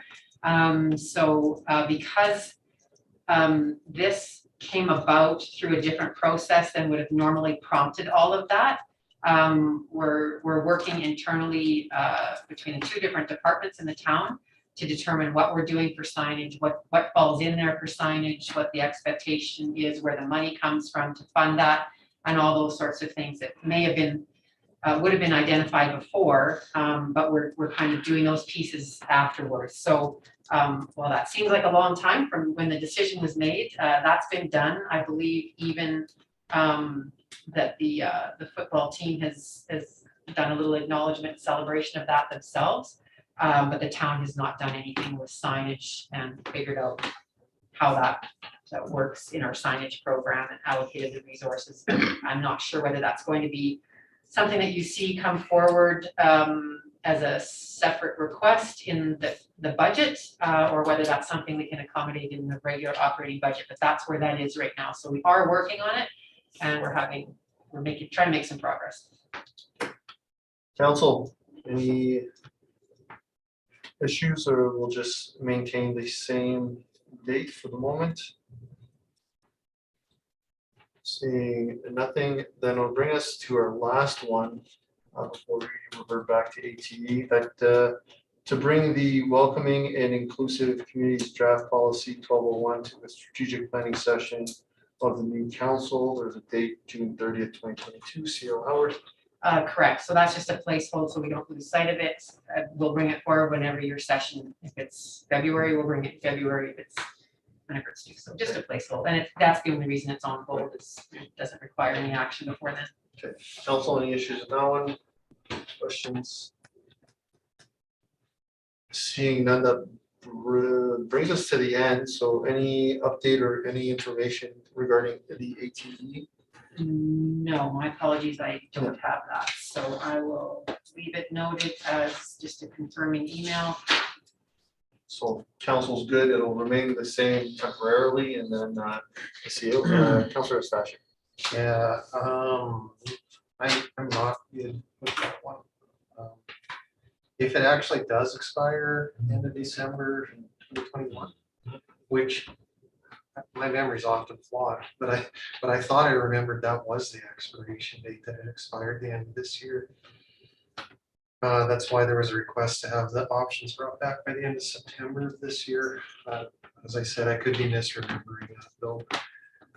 But the concern though is that if that is allowed to expire, as interim CEO Howard said, we don't have the ability to seek proposals from other service providers. We're not allowed to, right? The province mandated no new programs for 2 years, so that constitutes a new program. New service provider constitutes. I remember an update from admin that a new service provider constitutes a new program, so it's not allowed. So, and then when we talk about the financial challenges we've had in collecting overdue tickets, it becomes a pretty relevant conversation in regards to to revenue and losses and decisions about staying with the same company, providing an extension, allowing it to terminate. So to me, that's a pretty big discussion, and it's a fairly important one, especially if that expiration date actually is December 31st. That's likely something we're gonna have to prioritize very quickly. So, thank you for that, Councilor Stashik. Administration, if the date happens to be this year, December 31st, 2021, then administration would be bringing something to us, I would assume, as soon as possible. Yes, I don't think we can turn anything around for next Tuesday. This is pushed out because of the amount of work that's required around that, and the department that's leading this is doesn't have the capacity to make this a priority. So I understand that there's an implication of that.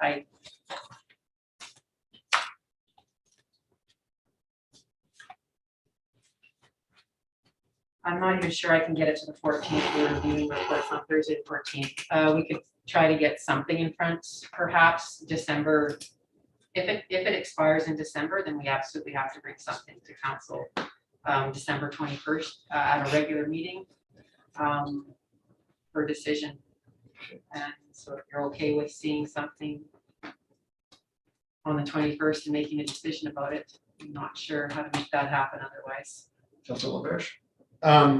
Well, there would need to be a discussion with Global as well. I mean, it's not just, we made a decision on the 21st and there's a decision. I mean, it would seem to me that if this is over and it's just allowed to expire, then we, by virtue of not doing anything, just decide there's no ATE here. And it would just go away, it seems like. So, I mean, December 21st doesn't seem like a realistic date. If we're gonna actually do something about it, and if this contract expires on the 31st, I mean, we need to see it sometime before that. Councilor Moon. Yeah, I would hesitate making a quick decision that could have potential impacts on grant funding the way this program does. So I think maybe, I agree, and I think that's what I'm hearing around the table, that there is an extremely high priority to deal with this quickly. Even if it's something like an interim agreement or a placeholder agreement to give us a little bit of time to address it a little bit more fully. But it's very important and it does need to be addressed. So with that, CO Howard. Thank you. My apologies. So the intent of bringing it later than next week is that we would explore what that looks like. If there's no interest from Global to extend it, or there is, like we would, that's the time that we need to have those conversations. If your first step is to put it in front of council and say, what do you want to do with the traffic safety program?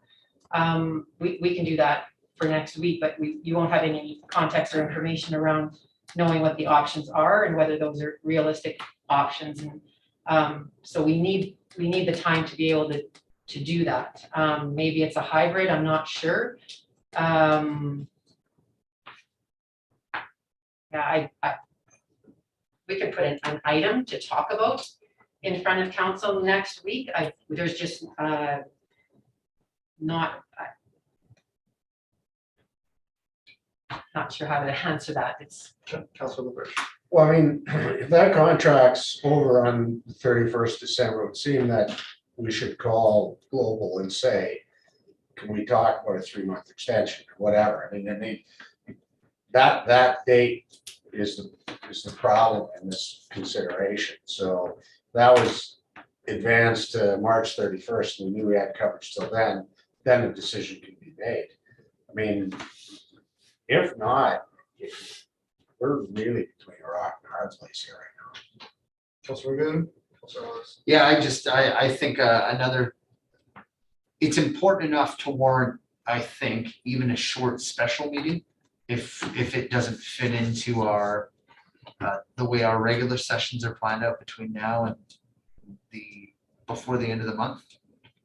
Sorry, if that's a roadblock, that could be an option.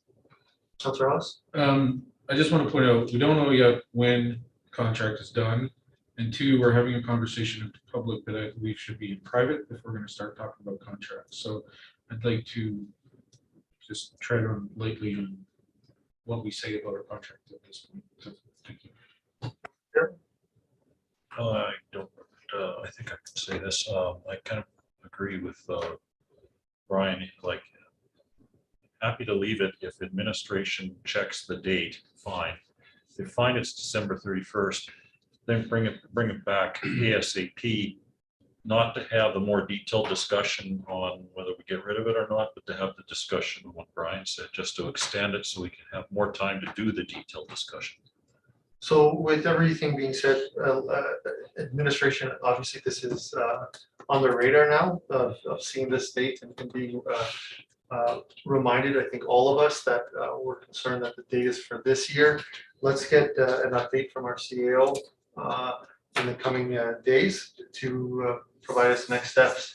And if whatever scenario we're in, then we'll, if we have to have a preliminary conversation on the 7th, so be it, if not the 14th, et cetera. But we'll know better how to handle this once we have the facts from our CAO. Anything further for this item for this evening? And that, I think, concludes our list. Was there anything that we wanted to revisit? Looking back, I think we were covered. Also, anything further? Okay, I want to say this was a great exercise, and I hope we make sure to implement this. And I know for myself and the deputy mayor to put this in quarterly to look at specifically. I know it'll come up every month, but to really make this a priority and go through what we did today, I think better positions administration and council. Councilor Taylor? Do we want to specifically get some sort of motion to get the 9 or 11 items deleted So so we don't lose them? I'll go to CO Howard. If my mindset was to have a direction where committee direct administration to bring an amended action pending list for decision at the December 7th regular meeting. Would that be sufficient? Yes, and that will, there will be a reports, or at least a list of the motions that you need to rescind Right. there. So you can, so it might be less about approving an amended list, because you're going to see if we can clean it up on the 7th, then you will see your amended one on the 21st. So I think perhaps if the motion can read something that's, there we go. Thanks, Jen. Okay. Direct administration. Okay, so, Yeah. so I think it needs to say something that the following, motions be rescind. Okay, we probably have to cluster them in two different, some are being rescinded and some are being, dates being revised, right? Yeah, and a lot of them, the dates have already been revised prior to the action pending unless you guys received on Friday. The ones we've discussed that have been revised are just here as well, and then the ones you want to rescind. I think we're okay there. I mean, we know you have to actually make all of those motions to rescind all of those. Yeah. So we don't have to capture that now. So who would like to What would make? you like for Pardon? for the motion? Is the wording up there? Okay, do you want me to change it? The only recommendation, I mean, maybe instead of revised dates, the following actions. It just encompasses different actions. Some are revisions, some are removals, some are, but we know the intent. And that this come to December 7th for decision, regular. Councilor Boone, Y'all make that. okay, perfect. Yeah, if we can add December 7th, and then Councilor Boone will make that direction. Thank you, administration, for your help for that.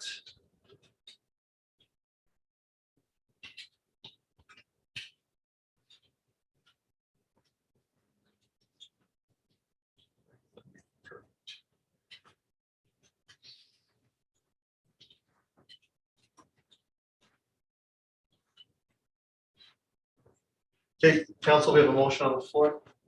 Any debate? Seeing Councillor Sash. That's what I was gonna ask you. Council, seeing no one, I'll call the question. All those in favor?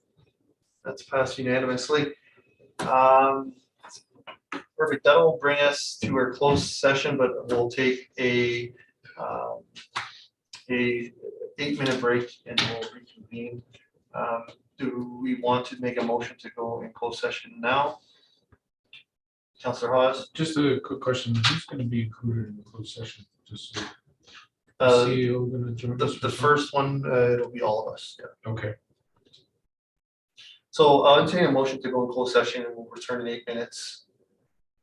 Councillor Hawes, make the motion to go in closed session, please. the 8-minute recess. Council, all those in favor? And we'll reconvene at 7:15.